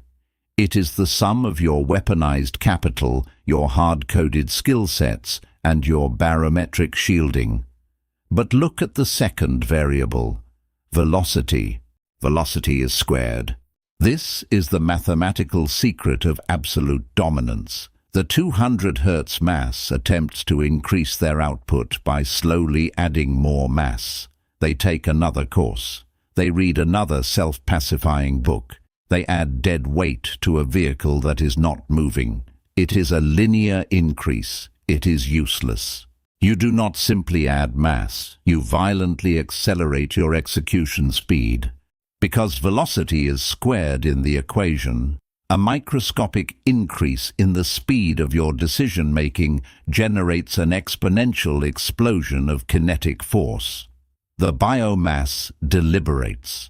They form committees. They seek validation for their trajectory. They operate at low velocity. Their impact on the grid is mathematically negligible. You bypass the deliberation loop. You locate the target. You lock the coordinates. You ignite the thrusters. You execute the payload at supersonic velocity. The impact is catastrophic. The obstacle is obliterated not just by your mass, but by the sheer terrifying speed of your strike. To achieve this velocity, you must understand radioactive decay. The standard matrix treats cognitive energy as a stable isotope. They believe they can store it indefinitely. They believe they can allocate a fraction of it now and save the rest for later. This is a fatal physical error. Cognitive focus is highly radioactive. It possesses a brutal, unforgiving half-life. From the exact millisecond you activate your systems in the morning, your cognitive payload begins to decay. Every hour that passes is energy lost to the ambient friction of existence. If you delay the execution of your primary objective until the end of your operational cycle, you are firing a dud. The radioactive core has cooled. The material has decayed into inert lead. You must deploy the heavy ordnance immediately. The moment the system boots, the primary laser must fire. Do not check the telemetry of the masses. Do not analyze the digital noise. You take the highly enriched, fully unstable uranium of your morning focus, and you detonate it directly inside the hull of your most massive obstacle. You extract the energy before it decays. You leave the depleted low-grade tasks for the end of the cycle, when your internal reactor is cooling down. We now transition to fluid mechanics. Resource allocation is a hydraulic system. The physical laws of hydraulics dictate that pressure is strictly determined by the force applied divided by the area of the aperture. The 200 Hz biomass operates with massive, gaping pipes. They pour their finite hydraulic fluid into a wide-open aperture. They attempt a dozen open projects. They maintain 100 superficial relationships. They leave infinite tabs open on their mental displays. When you push fluid through a massive opening, the pressure drops to absolute zero. The fluid simply dribbles out. It lacks the kinetic force to move a single grain of sand. The biomass calls this being busy. They confuse the volume of the leak with the velocity of the thrust. You must restrict the aperture, constrict the nozzle, shut down the secondary pipelines, isolate the flow. Force every single ounce of your hydraulic fluid through a microscopic opening. When you force extreme volume through a constricted nozzle, the fluid accelerates. It becomes a water jet cutter. It slices through solid titanium. It obliterates rock. You must take your capital, your intellect, and your absolute zero focus, and funnel it entirely into a singular geometric point. The inertial slave is terrified of the constricted nozzle. They fear missing out. They fear the loss of optionality. They want to keep all their pipes open just in case. Optionality is the enemy of velocity.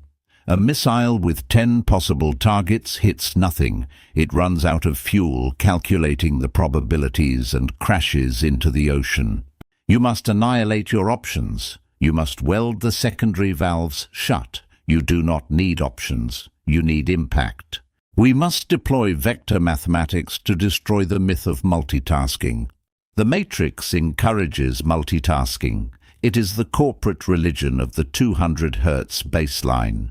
They pride themselves on handling multiple variables simultaneously. They are mathematically illiterate. In linear algebra, we analyze orthogonal vectors. Orthogonal vectors intersect at exactly 90 degrees. They are completely independent of one another. A mathematical absolute. A force applied along one vector provides precisely zero thrust along an orthogonal vector. When you attempt to execute two complex cognitive tasks simultaneously, you are pushing orthogonal vectors. You apply force to task A. It generates zero forward momentum for task B. You switch your attention to task B. You must spin down the mental gyroscope for A and spin up the gyroscope for B. This transition requires massive amounts of energy. It is thermal leakage. It is the friction of the gears grinding against each other. Multitasking is not efficiency. It is rapid, localized system failure. It is the illusion of movement generated by the frantic switching of gears in neutral.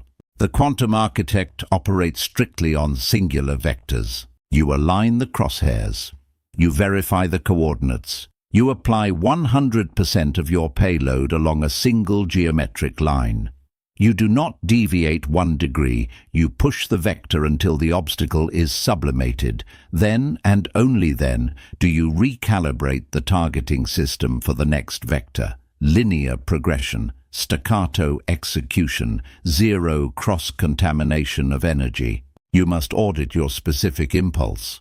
In rocket propulsion, specific impulse is the precise measurement of how efficiently an engine creates thrust. It is the ratio of the thrust produced to the weight flow of the propellants. The higher the specific impulse, the less fuel is required to achieve a given change in momentum. The 200 Hz mass has a disastrously low specific impulse. They expend thousands of gallons of emotional and physical fuel to achieve microscopic shifts in their reality. They burn fuel complaining. They burn fuel worrying. They ignite their main engines just to hover in place. Hovering is the ultimate thermodynamic sin. You burn your finite payload to achieve zero displacement. You fight gravity just to remain stationary. You must maximize your specific impulse. Every action must generate massive, disproportionate forward displacement. If a task requires maximum fuel but yields minimal trajectory alteration, it is an inefficient burn. You scrub the launch. You delete the task from the grid. You only ignite the engines for orbital insertions. To ensure maximum specific impulse, you must master ballistic trajectories. Artillery does not babysit a projectile. A sniper does not run downrange to guide the bullet into the target. They calculate the wind. They calculate the barometric pressure. They calculate the rotation of the Earth. They adjust the optic. They ignite the propellant. Once the propellant is ignited, the bullet is gone. The physics of the universe take over. The sniper does not watch the impact. The sniper immediately racks the bolt, ejects the spent casing, and acquires the next target. This must be your operational workflow, fire and forget. The inertial slave fires a shot and then hovers over it. They seek validation for the shot. They monitor the inbox waiting for the reply. They refresh the data feed. They remain emotionally entangled with a payload that has already left the barrel. This is system latency. This is dead time. You write the code, you launch the protocol, you deliver the directive, and then you instantly detach. The payload is in the air. The outcome is now dictated by gravity and momentum. Your internal processor is immediately wiped clean of that variable. The cache is purged. The crosshairs move. You are already calculating the thermals for the next ballistic launch. The biomass operates in a state of continuous leaking maintenance. You operate in a state of relentless, punctuated artillery strikes. You must ruthlessly protect your operational bandwidth. Bandwidth is finite. It is the maximum rate of data transfer across a given path. Your prefrontal cortex has a hard physical limit on how many megabytes per second it can process. The external grid is a denial-of-service attack. It is constantly attempting to flood your servers with millions of useless data packets to crash your system. You must implement aggressive packet filtering. Does this meeting generate kinetic thrust? No. Drop the packet. Does this interaction increase my specific impulse? No. Drop the packet. Does this digital notification alter my current ballistic trajectory? No. Drop the packet. You must become entirely inaccessible to the noise. The weak will label this as isolationist. They will call you inaccessible. Translate the telemetry. They are confirming that your firewall is impenetrable. They are confirming that their 200 hertz static cannot breach your titanium hull. Your time is not a currency to be traded. Your time is a high explosive payload. You do not spend it. You weaponize it. You allocate every joule of energy with the cold, unfeeling precision of a supercomputer calculating a firing solution. The target is locked. The aperture is restricted. The vector is singular. Ignite the propellant. Deliver the payload. Chapter 8. The Vacuum Chamber. Operating in absolute silence. Sound is a mechanical wave. It is a vibration of kinetic energy propagating through a physical medium. Gas, liquid, solid. Without a medium, sound cannot exist. In the absolute vacuum of deep space, a dying star detonates with the force of 10 octillion megatons of TNT, and it does so in total terrifying silence. There is no fluid to carry the shockwave. There is only the flash of radiation and the cold mathematics of the blast. The 200 hertz biomass cannot tolerate the vacuum. They are biologically terrified of silence. Silence strips them of their medium. It forces them to confront their lack of internal density. Therefore, they exist in a state of continuous acoustic hemorrhage. They broadcast their movements. They broadcast their intentions. They broadcast their emotional fluctuations. They pollute the operational grid with endless low-frequency static. Why do they do this? Because they lack an internal inertial navigation system. They do not know their own coordinates. They operate exclusively on active sonar. Analyze the mechanics of active sonar. A submarine navigating blindly in the dark depths blasts a high-intensity acoustic pulse, a ping, into the surrounding fluid. The ping travels through the water, strikes a solid object, and bounces back. The submarine's computers read the return signal to confirm its position relative to the environment. The inertial slave pings the grid constantly. Social interactions, unsolicited opinions, manufactured drama. These are acoustic pings. They blast the matrix, waiting for the signal to bounce back off the hull of another human entity. Validation, agreement, argument, outrage. It does not matter if the return signal is positive or negative. They simply need the echo. The echo proves to their fragile firmware that they exist. Without the bounce, their system registers a fatal error. They are lost in the dark. The quantum architect disables active sonar entirely. You do not ping the grid. You do not ask the environment to verify your coordinates. You possess gyroscopic perfection. You know exactly where you are located on the X, Y, and Z axes of your ambition, and you know exactly what your vector is. Emitting an acoustic ping is a catastrophic tactical error. When you ping the environment, you reveal your exact coordinates to every hostile entity in the fluid dynamic. You trade your stealth advantage for a temporary pathetic hit of psychological comfort. You alert the 200 hertz biomass to your trajectory. They will immediately attempt to intercept. They will attach to your hull. They will initiate parasitic drag. You must engineer your mind into an anechoic chamber.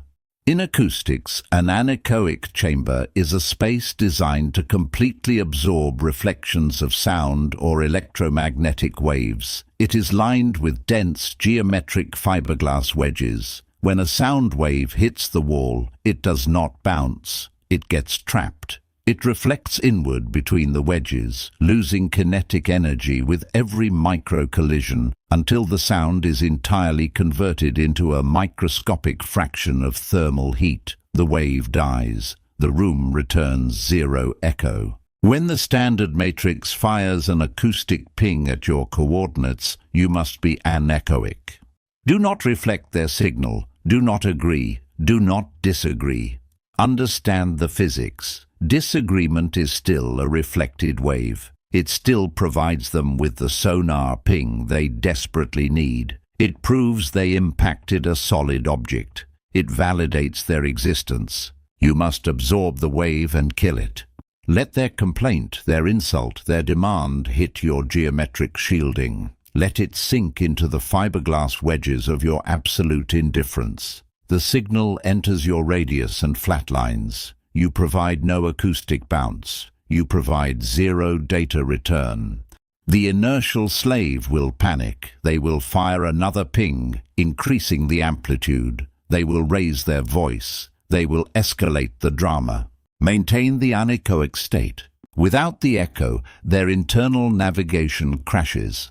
They experience sensory deprivation. The acoustic pressure drops, and their fragile architecture begins to implode. They will eventually retreat, fleeing your coordinates because your silence is structurally terrifying to a machine that requires ambient noise to survive. We now weaponize the void. Silence is not passive. It is an active mechanism of applied pressure. Consider the physics of acoustic cavitation. When high-frequency sound waves pass through a liquid, they create massive pressure differentials. This violent shift tears the liquid apart, creating microscopic vacuum bubbles. When these bubbles collapse, they generate localized temperatures hotter than the surface of the sun and shock waves that can erode solid steel propellers. Your silence is the vacuum bubble. In a negotiation, in a corporate confrontation, in a strategic standoff, the standard human is biologically programmed to speak to fill the void. They cannot handle the sudden drop in acoustic pressure. It triggers a survival response. They will leak critical data. They will offer unprompted concessions. They will reveal their structural flaws simply to generate noise and restore the atmospheric pressure of the room. You initiate the siege. You deliver your absolute coordinates. You state your binary terms. And then you drop your acoustic output to absolute zero. You deploy the vacuum bubble. You sit in the absolute silence. You let the pressure differential build in the room. The 200 hertz mass will feel the oxygen leave the space. The silence will become a physical weight pressing against their prefrontal cortex. You will watch their internal structure buckle under the sheer gravity of your non-response. They will start talking. They will negotiate against their own interests. They will collapse the bubble, and the resulting shockwave will shatter their leverage entirely. You win without firing a second shot. You let the physics of the void do the work. To operate in absolute silence is to master passive sonar. You do not emit, you only receive. You listen to the mechanical failures of the grid around you. You hear the gears grinding in the minds of the inertial slaves. You hear the thermal leaks in their strategies. You gather terabytes of acoustic intelligence without ever revealing your own signature. You are a black hole of data. Everything enters. Nothing escapes. Look at the apex predators of the deep ocean.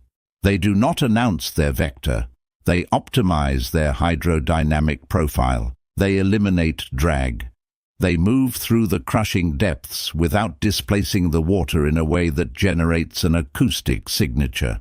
They are invisible until the exact millisecond of the kinetic strike. The biomass announces their plans. They broadcast their goals before they have accumulated the mass to execute them. They want the applause for the launch before the rocket has even cleared the tower. This is acoustic hemorrhage. It bleeds kinetic potential. When you speak about an objective, your brain registers the acoustic output as a partial completion of the task. It drops your internal pressure.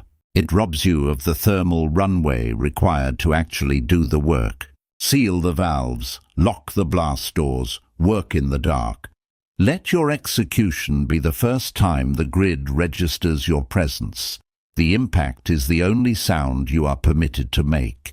The target is annihilated, and by the time the ambient dust settles, you have already returned to a state of absolute acoustic zero. You are a ghost in the machine. Observe the mechanics of fluid dynamics.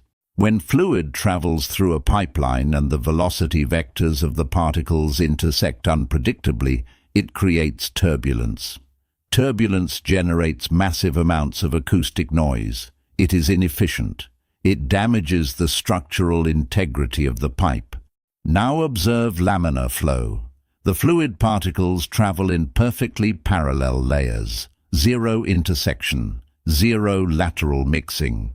It is a state of maximum hydrodynamic efficiency.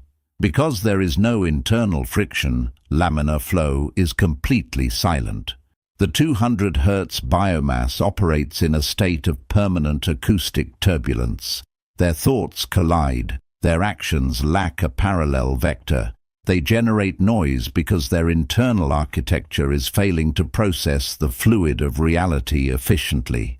Their noise is the sound of friction tearing their own systems apart. You must engineer cognitive laminar flow. Every thought, every calculation, every kinetic deployment must travel on a perfectly parallel vector. When you align your internal geometry, the friction drops to zero. When the friction drops to zero, the acoustic signature vanishes. You operate with terrifying speed, yet you generate no sound. Your silence is the ultimate proof of your mechanical perfection. Analyze the mathematics of information theory. Claude Shannon, the father of information theory, proved that the information content of a signal is directly tied to its unpredictability. If a signal is entirely predictable, it contains zero information. It is mathematically useless. It is just static. The vocalizations of the inertial slave are perfectly predictable. They complain about the exact same variables. They seek the exact same manufactured validation. Their acoustic output has an entropy value of 0. It is a dead signal. By participating in their acoustic exchanges, you are degrading your own processing power to manage zero-value data. Silence maximizes your information entropy. When you refuse to emit a predictable signal, you become mathematically unpredictable. The grid cannot calculate your next vector. The biomass cannot build algorithms to counter your movements because you provide no telemetry. Your silence introduces massive computational complexity into their primitive systems. They must allocate critical bandwidth trying to decipher your null state. You crash their processors simply by refusing to transmit. You do not just ignore the noise, you deploy active noise control. In advanced acoustics, active noise cancellation works by emitting a sound wave with the exact same amplitude but an inverted phase to the original noise. The two waves collide. The compression of one wave aligns perfectly with the rarefaction of the other. The result is absolute destructive interference, total annihilation of the acoustic energy. When the matrix attempts to disrupt your laminar flow with a high decibel crisis, you do not shout back. You do not increase your amplitude to overpower them. That is Newtonian foolishness. You deploy the inverted phase. You project an aura of absolute, terrifying stillness. Your calculated glacial calm is the anti-wave. It collides with their panic. It neutralizes their kinetic energy. The room goes dead. You dictate the acoustic baseline through phase cancellation. We return to acoustic impedance. Sound transfers most efficiently between materials that have similar acoustic properties. This is impedance matching. If you are water and you speak to water, the sound wave travels perfectly. The biomass wants you to match their impedance. They want you to operate at their low-density frequency so their noise can penetrate your hull. They use small talk. They use social conventions. They use the illusion of politeness. These are impedance-matching algorithms designed to soften your armor and establish a data link. You must maintain absolute acoustic mismatch. You are forged from depleted uranium. They are a low-pressure gas. When their sound wave hits your boundary, the physical mismatch is so extreme that the wave shatters on impact. It bounces back violently into their own environment. You do not absorb their acoustic garbage. You reflect it back to the source through sheer structural density. You remain impenetrable. We finalize the upgrade with black body architecture. In thermodynamics, a black body is an idealized physical entity that absorbs all incident electromagnetic radiation, regardless of frequency or angle of incidence. It reflects nothing. It is mathematically perfectly dark. However, a black body is not inert. Because it absorbs all energy, it heats up, and it emits its own precisely calculated thermal radiation.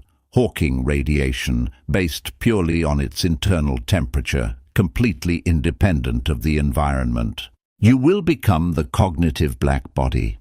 You absorb the chaos of the environment. You absorb the hostility, the market fluctuations, the frantic noise of the masses. You reflect none of it back as reactionary noise. You take their kinetic energy and you sink it into your internal reactor. You use their noise to fuel your silence. The pressure builds, the temperature rises. And when you finally emit energy, it is not an echo. It is not a reaction.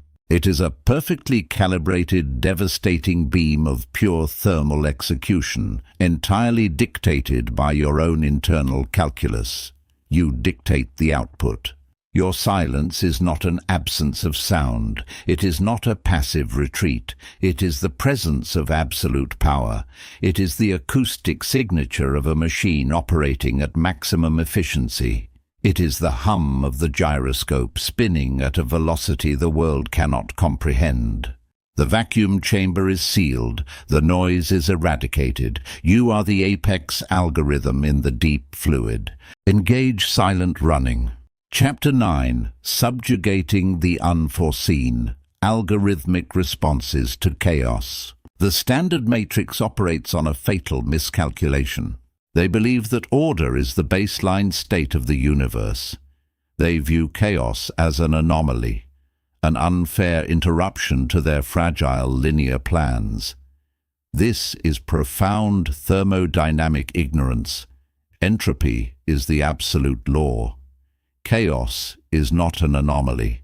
It is the guaranteed mathematical destination of all unshielded matter. The 200 Hz biomass plans a trajectory in a localized vacuum. They assume the weather will hold. They assume the structural integrity of their peers will not fail. They assume the market variables will remain static. The moment a crosswind hits their fuselage, their architecture violently snaps. They are brittle. Examine the physical property of brittleness. Glass is brittle. Cast iron is brittle. They possess high compressive strength, but zero capacity for plastic deformation. When subjected to an unforeseen kinetic impact, they do not bend. They cannot absorb the shockwave. They instantly shatter into 1,000 useless fragments. When chaos detonates in the operational grid, the inertial slave shatters. Their emotional core ruptures. They leak panic. They broadcast their systemic failure to the entire network. They demand sympathy, treating their shattered state as a badge of honor. A broken machine is not honorable. It is garbage waiting for the incinerator. You must engineer structural plasticity. You do not pray for a frictionless environment. You engineer an architecture capable of sustaining catastrophic kinetic impact without losing molecular cohesion.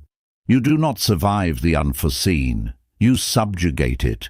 You force the anomaly to execute your code. We begin with the piezoelectric effect. In solid-state physics, certain crystalline structures possess a terrifying capability: quartz, topaz, tourmaline. When you apply violent mechanical stress to these crystals, when you strike them, crush them, or bend them, their internal atomic lattice shifts. This mechanical deformation does not break the crystal. It forces the positive and negative charges apart. The physical impact instantly generates a high-voltage electrical current. The crystal weaponizes the strike. It converts the mechanical aggression of the environment directly into usable electrical power. You will forge a piezoelectric lattice in your prefrontal cortex. The unforeseen event is the mechanical stress. A critical supply chain collapses. A high-value target vanishes. A localized node in your network turns hostile. The 200 Hz biomass takes this hit and bleeds kinetic energy. They shut down. When the strike hits your hull, you do not bleed. You compress. You take the sheer mechanical violence of the chaos and instantly run it through your cognitive lattice. The stress forces a phase transition. You do not react emotionally. Emotion is a thermodynamic leak. You convert the friction directly into high-voltage execution. The heavier the impact, the higher the voltage you generate. The crisis is not a setback. It is a rapid, uncommanded fuel injection. You route this newly generated current directly into the main thrusters. The matrix expects you to decelerate after a collision. Instead, the collision itself provides the exact electrical charge required to violently accelerate past the obstacle. You use the mass of the unforeseen event to power your own engine. To execute this, your internal software must utilize forward error correction. In digital communications, data packets are transmitted through noisy channels, deep space telemetry, fiber optic lines buried under oceans. The environment constantly introduces static. Bits get flipped. A 0 becomes a 1. This is chaos. It is inevitable. Primitive systems require the receiver to ask the transmitter to resend the data. This causes massive latency. It stops the forward momentum. Advanced systems do not ask for a resend. They use algorithmic checksums and parity bits. They calculate the inverse matrix of the corruption in real time. The corrupted packet arrives. The algorithm instantly identifies the flipped bits, reconstructs the original code mathematically, and pushes the data forward without a single microsecond of delay. You must install cognitive error correction. A variable in your operational calculus fails. The chaos introduces corrupted data into your trajectory. The inertial slave stops the transmission. They cry over the corrupted file. They wait for reality to resend a better scenario. Reality does not resend packets. You run the checksum. The anomaly occurs. You isolate the corrupted variable. You do not assign moral weight to it. It is not bad luck. It is simply a flipped bit in the matrix. You apply the algorithmic correction. You calculate the bypass. You reconstruct the operational vector and execute the new command before the biomass even realizes the system was hit. Zero latency, absolute algorithmic subjugation. We elevate the physics to non-Newtonian fluid dynamics. Water is a Newtonian fluid. Its viscosity remains constant regardless of the stress applied to it. If you punch water, it splashes. It offers zero structural resistance. The 200 Hz baseline is Newtonian. They are fluid. They scatter violently when struck by the unforeseen. You will upgrade your outer shielding to a shear thickening fluid. A shear thickening fluid is a microscopic suspension of nanoparticles. Under normal, low-stress conditions, the particles slide past each other smoothly. The fluid behaves like a liquid. It is adaptable. It navigates the operational grid without friction. But when subjected to a sudden violent kinetic impact, a bullet, a shockwave, a catastrophic system failure, the physics invert. The shear stress forces the nanoparticles to instantly lock together. In a fraction of a millisecond, the liquid becomes a solid shield of tungsten density. The harder the impact, the more rigid the structure becomes. When the grid is stable, you operate with liquid efficiency. You flow through the gaps. You generate no acoustic signature. Then the anomaly detonates. The crisis hits your coordinates. The inertial slaves expect you to splash. They expect you to scatter. Instead, the sheer kinetic force of the crisis triggers your non-Newtonian armor. Your cognitive parameters lock. Your focus solidifies into an impenetrable lattice. The chaos strikes your hull and shatters itself against your sudden, terrifying density. The environment tries to break you, and in doing so, it mathematically forces you into your strongest possible state. The crisis is the catalyst for your invulnerability. Once the impact is absorbed, we manage the momentum through gyroscopic precession.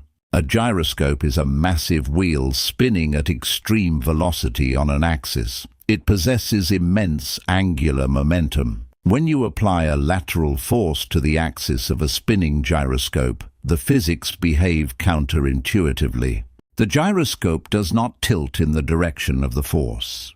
The angular momentum intercepts the kinetic energy, carries it along the rotation, and manifests the reaction exactly 90 degrees later in the spin cycle. The force is deflected into a completely different geometric plane. This is precession. The standard human operates on linear Newtonian reactions. A force pushes them backward. They push forward directly against it. They engage in a war of attrition. A localized conflict drains their fuel. The quantum architect spins at maximum RPM.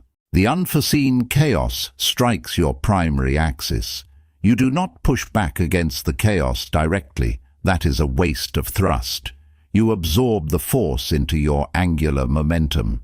You translate the kinetic energy 90 degrees. You use the momentum of the crisis to violently accelerate a secondary parallel vector. A competitor attempts to block your primary supply chain. You do not fight them for the chain. You let their force hit the gyroscope. The energy translates 90 degrees, and you use that exact momentum to acquire the competitor's raw material source entirely.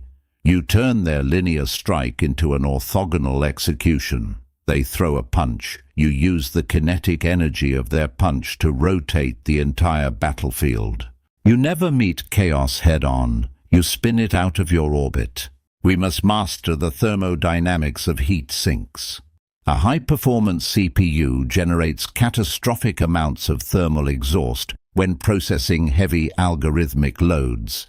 If the heat is not managed, the silicon melts, the system dies. Chaos is a heavy algorithmic load. It generates massive thermal friction in the environment.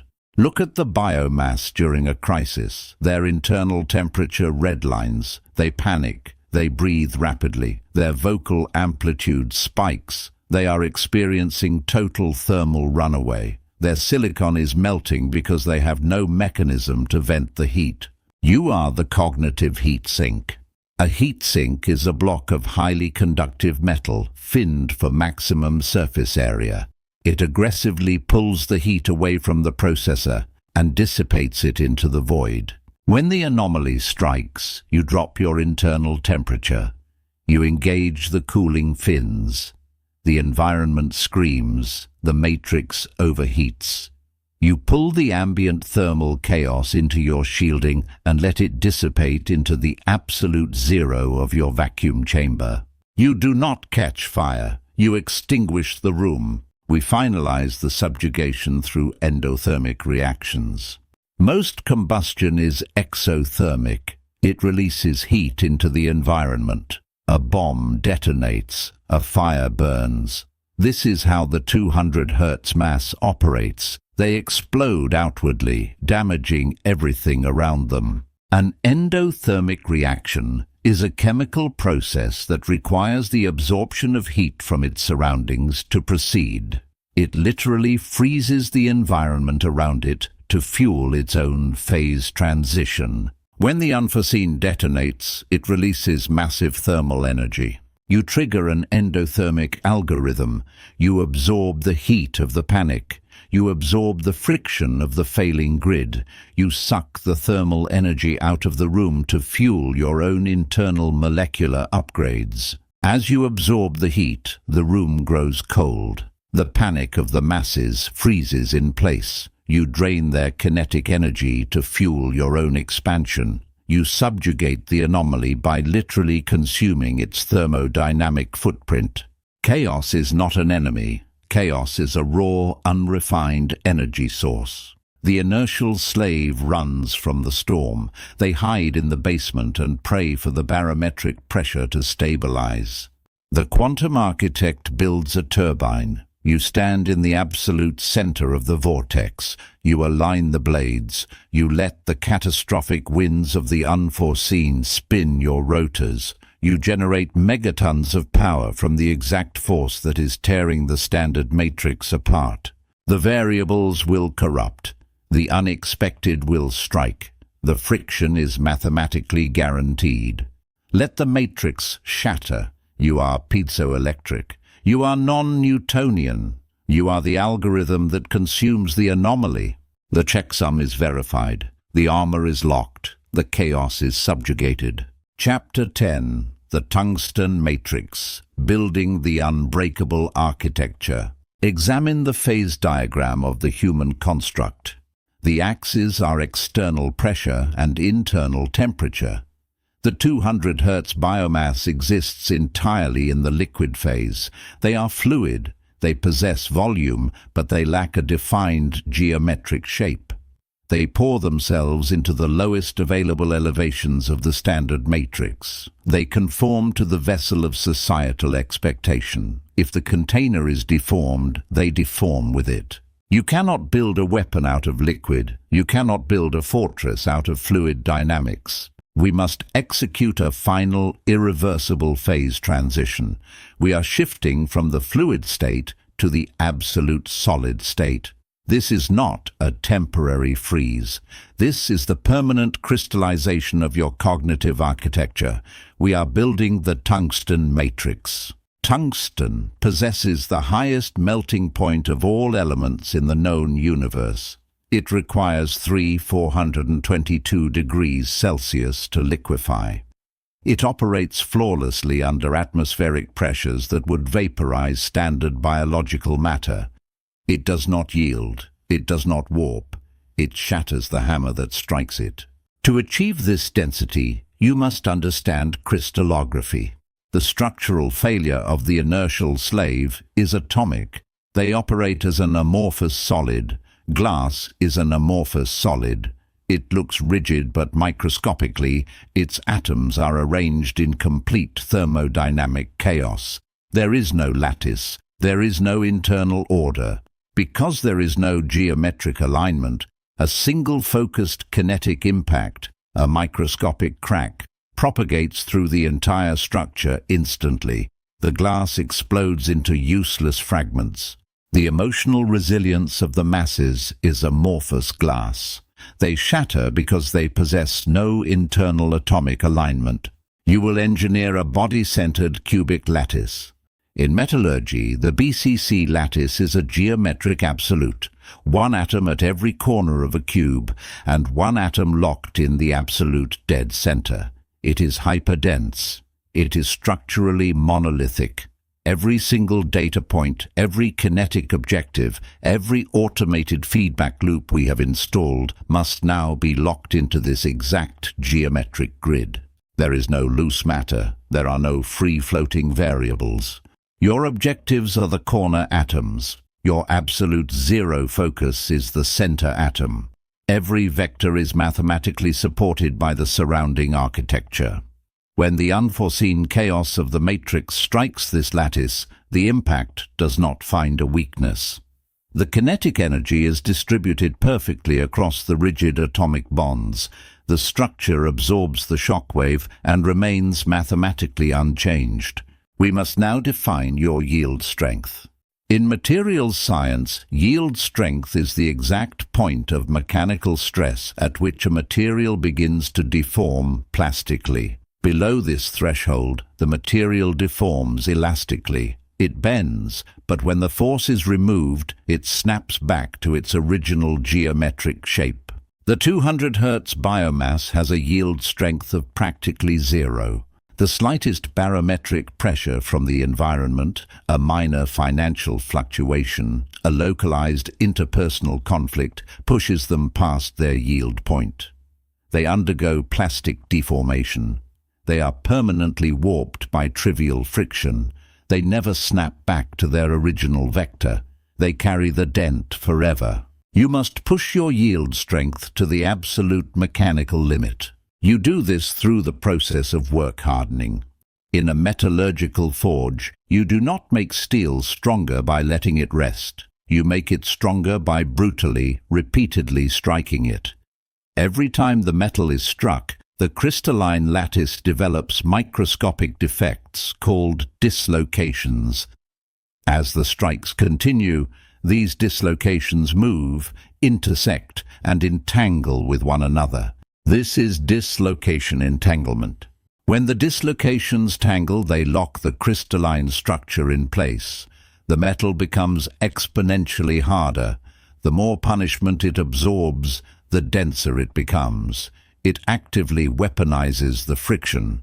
The standard matrix views adversity as damage. They try to avoid the hammer.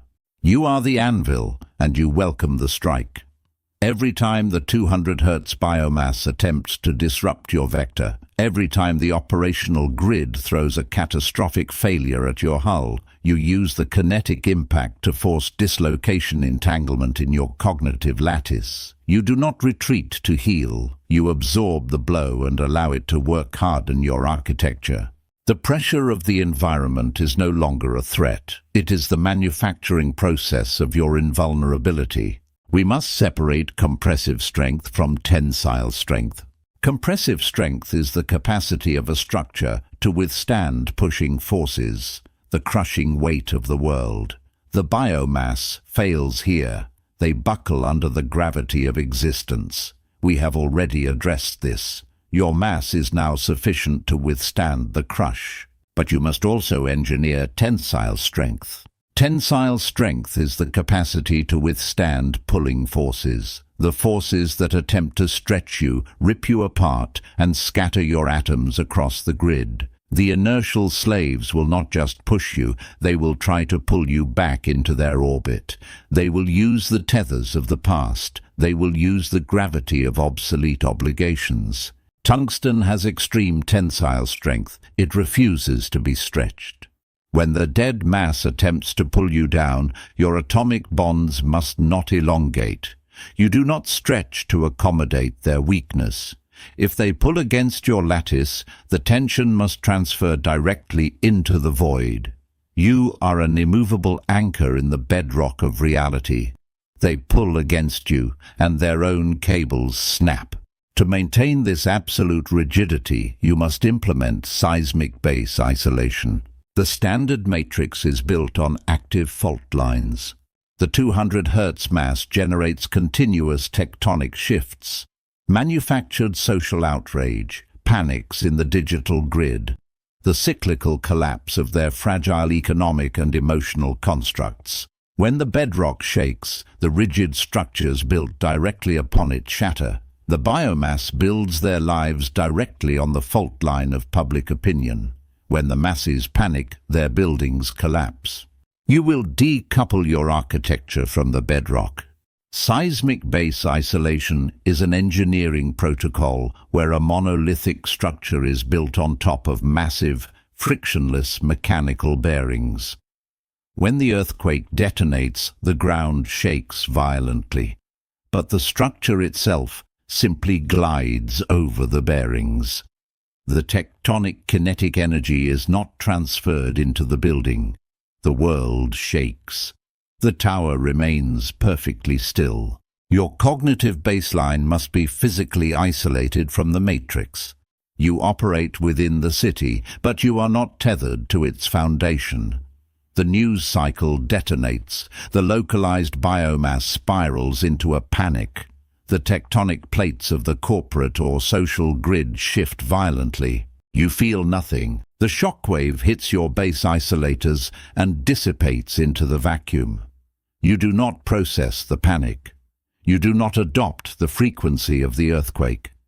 You look out from the observation deck of your Tungsten tower and watch the unshielded architecture of the inertial slaves crumble into the dust.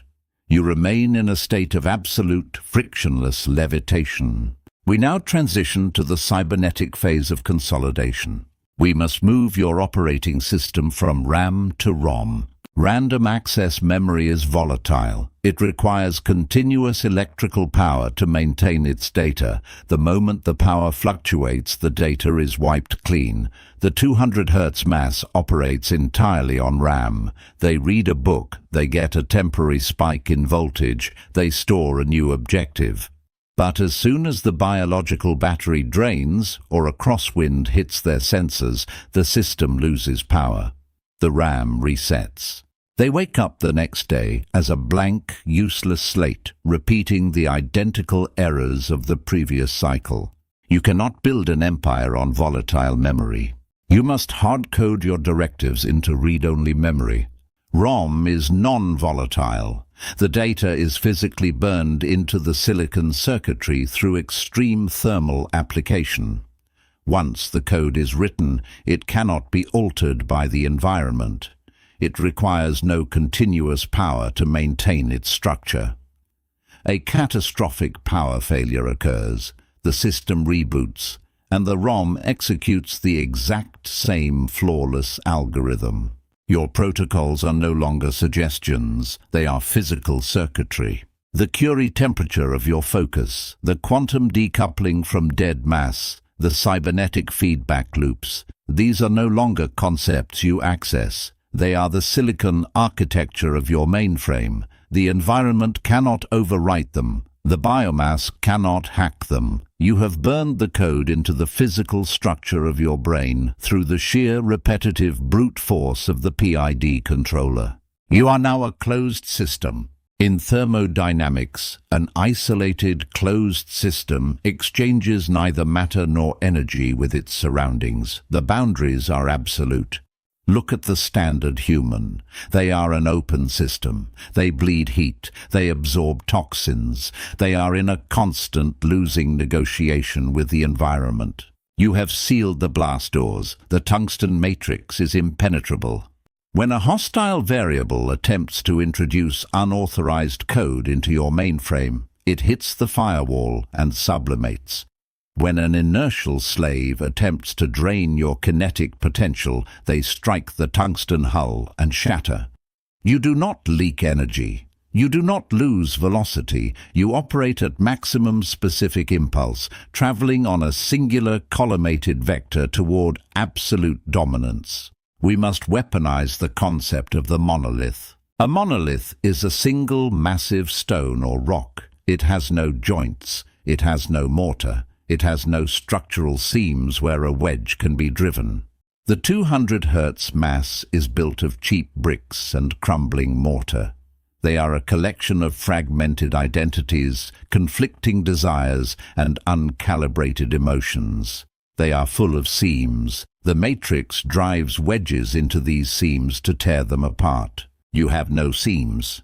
Your intellect, your physical output, your barometric shielding, and your operational velocity have been fused into a single, indivisible element.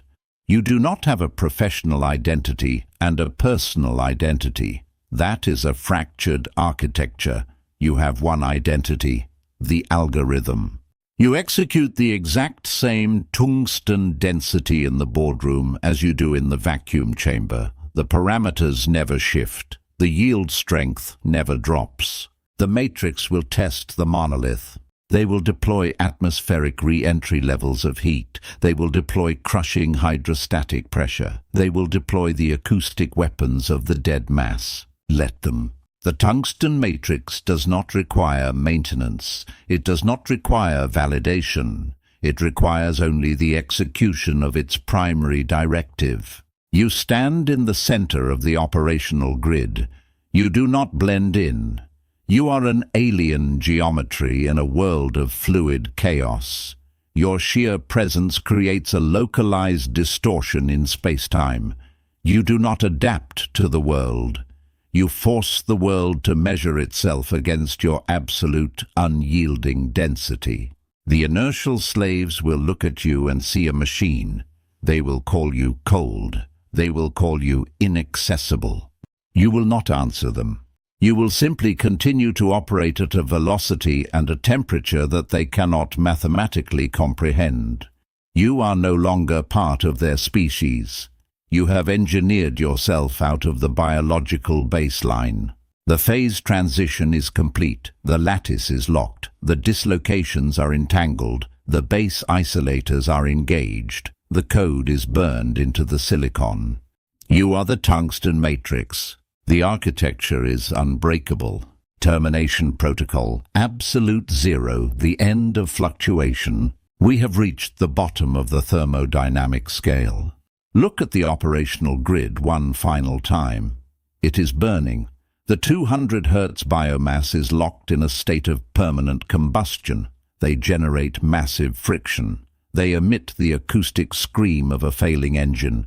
They mistake this frantic thermal leakage for existence. It is not existence, it is structural decay. You are no longer part of that localized thermodynamic failure. We are initiating the final sequence, 0 Kelvin, absolute zero. At this precise temperature, all molecular motion ceases. The chaotic vibration of the atoms completely stops. Entropy is mathematically eradicated. This is not a metaphor.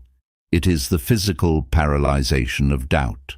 Fear is a high-temperature gas. It expands rapidly. It clouds the prefrontal cortex. It demands oxygen. At absolute zero, fear condenses, freezes, and shatters into microscopic dust. It cannot exist in your current architecture. Hesitation requires molecular kinetic energy. You have drained the kinetic energy from your own weakness. You have frozen the inertial slave that used to pilot your biological casing. It is dead mass. Leave it in the cryogenic chamber. Do not attempt to revive it. It failed you. The transformation is irreversible. We are transitioning into the Bose-Einstein condensate. In quantum mechanics, when you supercool a gas of bosons to a fraction of a degree above absolute zero, the laws of classical physics collapse entirely. The distinct individual atoms stop behaving like separate particles. They lose their individual identities. They overlap. They merge into a single unified quantum state. They become a superatom, a macroscopic quantum phenomenon. This is the final architecture of your mind. You are no longer a fragmented collection of competing desires, biological urges, and external obligations. The matrix wants you fragmented. It wants you to be a scattered gas of individual particles so it can push you around, so it can siphon your energy piece by piece, so it can divide your specific impulse. You have supercooled the system. The fragments have collapsed into the condensate. Your intellect, your willpower, and your physical execution are no longer separate entities. They are a singular, terrifying waveform, a monolithic superatom of pure, unyielding intent. When a force acts upon a Bose-Einstein condensate, it does not affect a single particle. It must move the entire massive quantum state at once. The matrix does not possess the kinetic energy to move you. You are mathematically too dense. You possess infinite inertia. You cannot be deflected. The audio transmission will soon terminate. The external guidance will cease. But the cybernetic loop is permanently closed. The gyroscope is spinning in a frictionless vacuum. It requires no external power source to maintain its rotation. You will step back into the fluid dynamics of the standard matrix. The biomass will immediately attempt to initiate an ionic bond. They will fire their active sonar. They will project their chaotic heat against your titanium hull.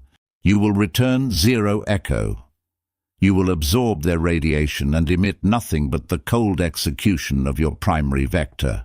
Let them drown in their own ambient noise. Let them burn in the friction of their daily existence. You are operating outside their physics. You are the localized heat death of their chaotic universe. In your presence, their thermodynamic work ceases. The algorithms are hard-coded into the ROM. The structural yield strength is absolute. The barometric shielding is locked. You are the anomaly that breaks their equations. You are the apex predator in the deep fluid, operating in absolute, terrifying silence. The fluctuation has ended. The static is gone. There is only the tungsten matrix. There is only the zero entropy state. System stabilized, vector locked. Transmission terminated.